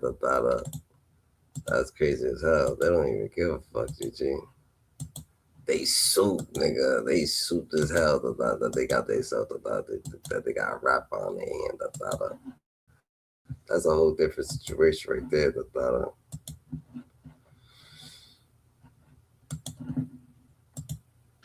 Fired numerous shots. Quando and his men were indeed caught off guard, and their car was shot at multiple times. But while they were being sprayed with bullets, the driver manages to start the car and rushes out of the station. And this is surely what saved Quando's life. The black Escalade eventually stops in the middle of West Hollywood, a few blocks away from the crime scene, and specifically not far away from the sheriff's station. Someone in the car then called 911, but by the time the paramedics arrived at the scene, one of Quando's closest friends, Lil Pab, was dead. And Quando's reaction to Lil Pab's lifeless body being pulled out of the vehicle shows you just how close the duo were. Quando even released a song titled Long Live. Diagnosed with Crohn's disease and struggling with your symptoms? It's not too soon to talk to your doctor about an as a tribute to his close friend. Then he also put up several posts on Instagram mourning the loss of his dear friend, including a picture where Quando showed that a picture of himself and Lil Pab is the lock screen wallpaper of his phone. However, whenever Quando shares a post about his dead friend, most of the comments under his post aren't commiserating or consoling him about his loss. Instead, the rapper's comment section is spammed with comments mocking him for the loss of his dear friend. For every Lil Pab picture Quando shares, most of the comments he gets are from fans claiming that they slide for Von and got revenge for his death, while the other half are insinuating that Lil Durk finally got revenge for King Von's death. Now, no one can confirm for sure whether Durk did put out the hit that got Lil Pab killed. However, these rumors started partly because of Durk's lyrics. On the remix of the song Who Wants Smoke, Durk rapped that people keep trolling him on his page by saying slide for Von, but he already got revenge in blood, but people just don't know it. Durk might have even referenced the Lil Pab shooting in this song, as he also said that people die for pumping gas. The rumors that Durk might be responsible for Lil Pab's death were also started because of a video posted by DJ Academics. DJ Academics posted a video at the same gas station where Lil Pab was. If you winning, what's the problem? And look at how DJ Academics post a video where Lil Pab had to pass. What the hell? Like DJ Academics knew something. killed. But the interesting part of this video was that he had Lil Durk's song Sensation playing in the background. And it was also clear and intentional that academics wanted everyone to know where he was and what specific song was playing. However, some sources state that Durk might not even be involved at all. Some people believe that Quando and his goons were attacked because they didn't check in with the Crips and because they disrespected the land when they got to Cali. If you from out of town and you banging the hood from California, you don't deal with the same we deal with in LA. So you claiming this for a fashion, and then we really out here dying. Yeah, we feel betrayed. We will book your ass. The man who was speaking in the video you just saw is called Brick Baby. Brick Baby is not only a member of the Crips, he is also a member of OTF. And this is one of the reasons why a number of people are suggesting that Durk is responsible for the death of Lil Pab. In fact, Brick Baby might have even self-snitched in a No Jumper interview. He stated that many— Why you think Brick Baby think he could talk like that? You think you allowed that shit to be said like that, da-da? He had to, da-da. Like, what the trade? Like, how do you think that, like, you don't got, like, you got authority like that? I don't know, Brick Baby. people claim you can't say slide for Vonnie anymore because of the death of Lil Pab. Slide for Vonnie, right? Yeah. They say you can't say that no more. Why? Oh yeah, because of no. Like, They who died? say you can't say that no more. Oh, because of FBG Cash? Or who? Nah, because Lil Pab. Still, what makes the entire scenario even more interesting is that there was a time when Quando Rondo, Lil Durk, King Von, and even NBA Youngboy all got along. This was the time before what started as a rap beef became an interstate gang war. Back in March 2019, just a year before King Von passed away, he and Quando were even hanging out backstage at a concert. In fact, the duo were wearing matching outfits, and Quando was even hyping Von up and dissing 63rd Street, who are King Von's major ops in Chicago. I'm saying though, 63rd, so dirty ass. I'm talking about, hey, listen, though, man, 64, y'all 63rd, they smoking crack and Obviously, this was a time where there was peace between OTF and NBA. And in August 2019, Lil Durk posted a list of his 50 greatest rappers of all time on Instagram. And Lil Durk included both NBA Youngboy and Quando Rondo on this list. During this period, Durk and Youngboy even collaborated on one of his songs. He featured Youngboy on his song My Side in November 2017. It seems Durk even tried to sign Youngboy in the same year because Youngboy rapped on the intro to his song GG Tell OTF I Do Not Sign NBA That Be My Gang. But it's not only Durk and Youngboy that used to kick it together. Even Quando Rondo has a song with Lil Durk. On Quando's first commercial mixtape, Life Before Fame, he featured Durk on the track. Quando was a fan of Lil Durk's music and he dropped Durk's name on several of his songs. On the song Dope Boy Dreams, Quando rapped, "Signed to the streets 3 times, I feel like Durkio." And on the song in my section, Quando even had more praises for Lick Durk, praising him for giving him advice he gave me about the industry. During this period, Durk even mentioned Quando as one of the rappers he had been spending time with in the studio. In fact, even Lil Pab was a fan of the man whom many believe ordered the shooting that took his life. Lil Pab once tweeted about Durk's song, "This ain't what you want," praising Durk for the quality of the song. All of this is why many people were surprised when OTF and NBA started beefing. No one knows exactly when they all started having issues. However, it seems the beef started just around the same time that Quandon and King Von were seen hanging out backstage. Von was on an Instagram live with his fans, and after some time, the grandson started having a go at Youngboy. You boy? Why? Damn. Hang up on you. But if like you cheat, go ahead and say you I'm gonna hang up on you. Don't. All right. I just laugh. You Well, yeah, your boy King Von, sound like he's here. He cool, right? So I can't speak. He ain't all that, you know. A month after this Instagram live, Von would continue dissing and disrespecting NBA Youngboy. In an Instagram live video, King Von stated that Youngboy was capping on his songs. Youngboy talking about on this song, bro. What? He talking crazy on this one. Oh, yeah? He ain't even like that. Oh! On his ass now. On his ass. Like cap. You got cap in your raps. Go straight, boss. Don't hit the white lady. You got cap in your raps. Von was insinuating that Youngboy was a fake gangster and that he wasn't real or living the life he rapped about in his songs. During this period, the beef was about sneak disses and subliminals in their song. When Youngboy was released from jail on That's crazy because when King Von was saying that, it probably didn't mean nothing. But now the dollar, that shit's fucking like a historical thing. The dollar, like, what the hell? The dollar, like, people don't even be knowing how much words do. The dollar. August 15th, 2019, for a shooting that violated his probation, King Von welcomed him home with a tweet that called him ugly. At this point, it still wasn't fully clear whether there was real beef between OTF and NBA, or maybe it was just a healthy competition. In October 2019, when DJ Academics tweeted that NBA Youngboy was the realest street rapper, Lil Durk responded with his own tweet, naming King Von was the realest instead. In February 2020, earlier in the same year that Von was shot, King Von put out a tweet that suggested he and Youngboy even had a song together, stating that Youngboy should drop the song rather than holding it to his chest. However, the issue that seemed to make the beef between Youngboy and Von quite serious was because of King Von's girlfriend Asian Doll and NBA's baby mama Janya.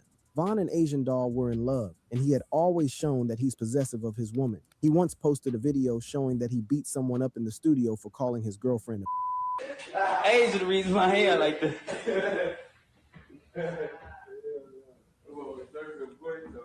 Somebody called my girlfriend a yesterday. And you ain't gonna smack one of them out of. However, in the summer of 2020, Von and Asian were going through a complicated on and off stage. Von would sometimes tweet that they had broken up, and other times he would tweet about how close they were, and it seemed he could not even get enough of her. But a few months after this, it seemed King Von and Asian Doll had completely called it quits, as Von shared pictures of himself holding hands with someone new. On the same day, Von put out another tweet stating that no one would believe the female he just made a hit with. Many of the comments under this post stated that King Von had been seen hanging out with NBA Youngboy's baby mama Janya Meshel. Various pictures were later released that confirmed that King Von was indeed messing around with the mother of NBA's fourth child. For a man like NBA Youngboy, whose street cred is very important for his brand, this was a clear sign of disrespect and humiliation. The situation even became worse when tweets by King Von's sister began rumors that Von and Janya might have even made a sex tape during the time they spent together. An inside source even claimed that they didn't record any song the night they were in the studio together, and they just had slept together instead. And Von seemed to confirm this rumor on the song Rock Gold with PNB Rock when he suggested that someone's baby mama was bad in bed. Janya eventually denied the rumors and insisted that they only made music together so that she could make her money to feed her son. We walked to the table to play the look. The moment Quando's life changed forever. Unfortunately, Quando had become a walking target, and word on the street was that a $1 million bounty had been placed on his head. 14 days after the shooting, Quando released the song End of Story to share his own version of what happened that night. However, many people felt that Quando was mocking King Von with the name of the song. Everyone knew had a series of songs titled Crazy Story, and Quando's title was suggesting that he was the one who had put an end to King Von's story. On the song End of Story, Quando seemingly... I ain't the data. They said that they're about to be home. The data. They said don't believe everything you hear. See the data. Lil Durk be home soon. The data confirmed that $1 million hit had indeed been placed on his head. On the only verse of the song, Quando's lyrics were, "$1 million on my head. That's what they say. That's all you got.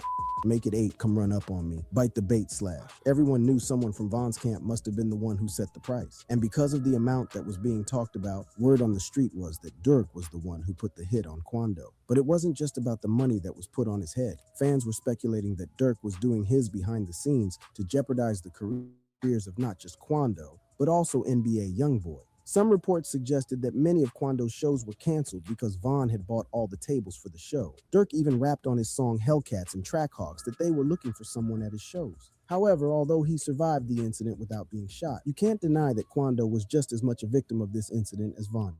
Surveillance footage has shown that Von was the one who started the fight by throwing the first punch. Quando even stated that he didn't even know it was Von that punched him till the next day. However, Quando's actions after the shooting has only seen him mocking Von's death and continuously inflaming the situation. First, it started with the title of his song, End of Story. On the same song, Quando also had lines like, "Blood on your brother on the ground, go and pick your mans up." And on his song, Soul Reaper, Quando rapped at someone, but they spanked him, and it's lights out. This was seemingly another reference to the Von situation. But Quando has also continued to drop bars about how dangerous his life has become ever since the Von incident. He once stated that his grandma told him he was close to his casket, and that he always... That's crazy, because if they trying to say that he put $1 million bounty, that means that he put some of Vaughn's money just like he, like, you know what I'm saying? People saying he robbed Vaughn, but he was gonna give that to the streets, to just give it to people to feel like they were Vaughn wanted for and anybody could have took it.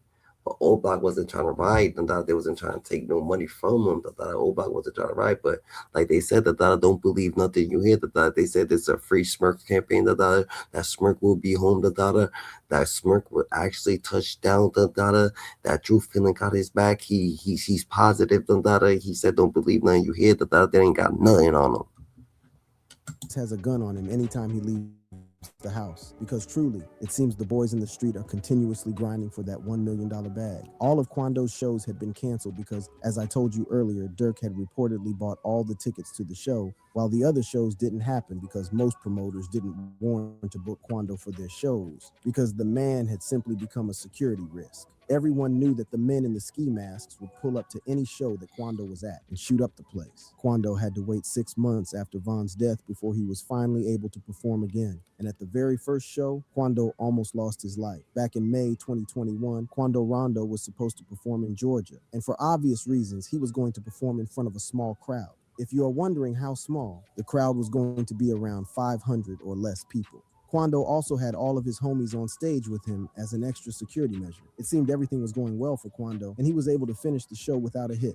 However, just being at the event at all had exposed his location to the ops. Just 3 hours after midnight, and at exactly 3:20 a.m., Quando and his entourage were at the parking lot of a convenience store, just 10 minutes away from the club where Quando performed. Quando Rondo and his homies were shot at from across the street. Fortunately for Quando, he was not hit by any bullet. However, someone in his entourage was hit in the hand and rushed to a nearby hospital. Some sources state that Lil Pab was also with Quando when this shooting happened. And after Quando survived another shooting, he wasn't going to miss a chance to use this incident to clown his ops. Quando, Lil Pab, and the man who shot King Von, Lil Tim, were in a clubhouse chat with OTF's Lil Varney when he decided to remind his ops that they had once again failed to hit him. I'm saying, though, I wish ain't miss your mouth. Yeah, he shouldn't. That's what cost. This is the most anticipated smart security camera of the year. No internet connection needed. He was about to get him, and he almost got him, though. I'll tell you, Durk almost got him. Hey, dope. Hey, one thing about us, though, we don't do no missing. Quando was once again mocking OTF and Von's death by making it clear to Lil Varney that unlike his ops who had now missed him twice, he and his homies don't miss. And he didn't stop there. Quando continued and went all in by stating that King Von was dead, and there was nothing his people could do about it. And that's the fact that main gone, and that's the fact mad because they main gone. Now, I ain't taking sides here. I'm just here to give you the facts. Quando Rondo and Lil Tim might not have planned to kill King Von, but they have repeatedly shown no remorse for King Von's death. I mean, you would expect that if people have tried to kill you multiple times, you just strap up, keep your mouth shut, and stay vigilant. But that's not the case for Quando. However, after some time, it seems Quando Rondo did try to squash the beef with Lil Durk. Leaked DMs that were allegedly sent by Quando to Lil Durk showed him desperately begging Durk to let them dead the beef. Quando supposedly told Durk that the whole issue was going too far and he could no longer do shows. Rondo wanted to hop on a call with Durk, but he wasn't having it and simply told him to stay safe. It seemed Quando was another man in the DMs while pushing a different narrative when he's in the studio and his public antics on social media. Quando eventually came out to deny that he sent Durk any message. He put up a post that simply said, "Don't believe anything on the internet, I ain't DM nobody." And on the 1-year anniversary of King Von's death, Quando seemed to resume the trolling. He tweeted, "I never forgave you for what you did. That hurt me till this day." This was probably a reference to the fact King Von sucker punched him. But it's not only Quando who has continued to diss King Von after he was killed. Even NBA Youngboy took shots at Von as well. Shortly after Quando's tweet, Youngboy was doing a Clubhouse interview with DJ Academics, and he decided to have a go at Von as well. He stated that some people come into the industry and start dissing him, but after some time, the same gangsters tend to be around no more. Man, we see how this turned out we see how this turn out with certain that come inside the rap game and feel like, oh, I'm the one who they got to get into it with for the reach this certain point of what. Man, boy, you can stunt like your ass a gangster, boy. And they ain't gonna show you something, boy. We done seen this. We done seen this. Want to be a gangster too bad. They want to be a killer too bad, man.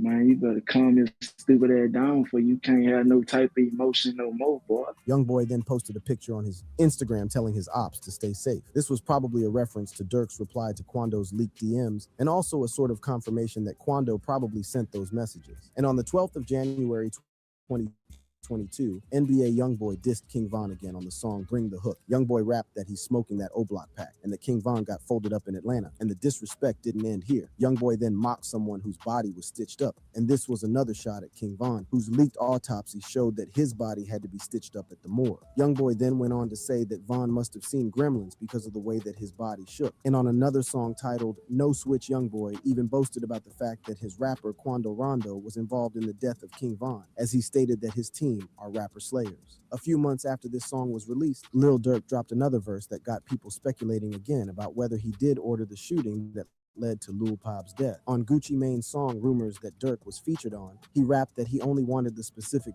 bodies that he paid for. Durk is probably referring to the $1 million bounty that he allegedly placed on Quando Rondo. And this also fueled the speculation that he was behind the Lil Pab shooting. Then he stated that he's following people whenever they are in Atlanta, a city that Quando Rondo surely can't avoid, as Atlanta is currently the... He said he want the body. He said he want the body that he paid for, the thought. Even back then, the thought.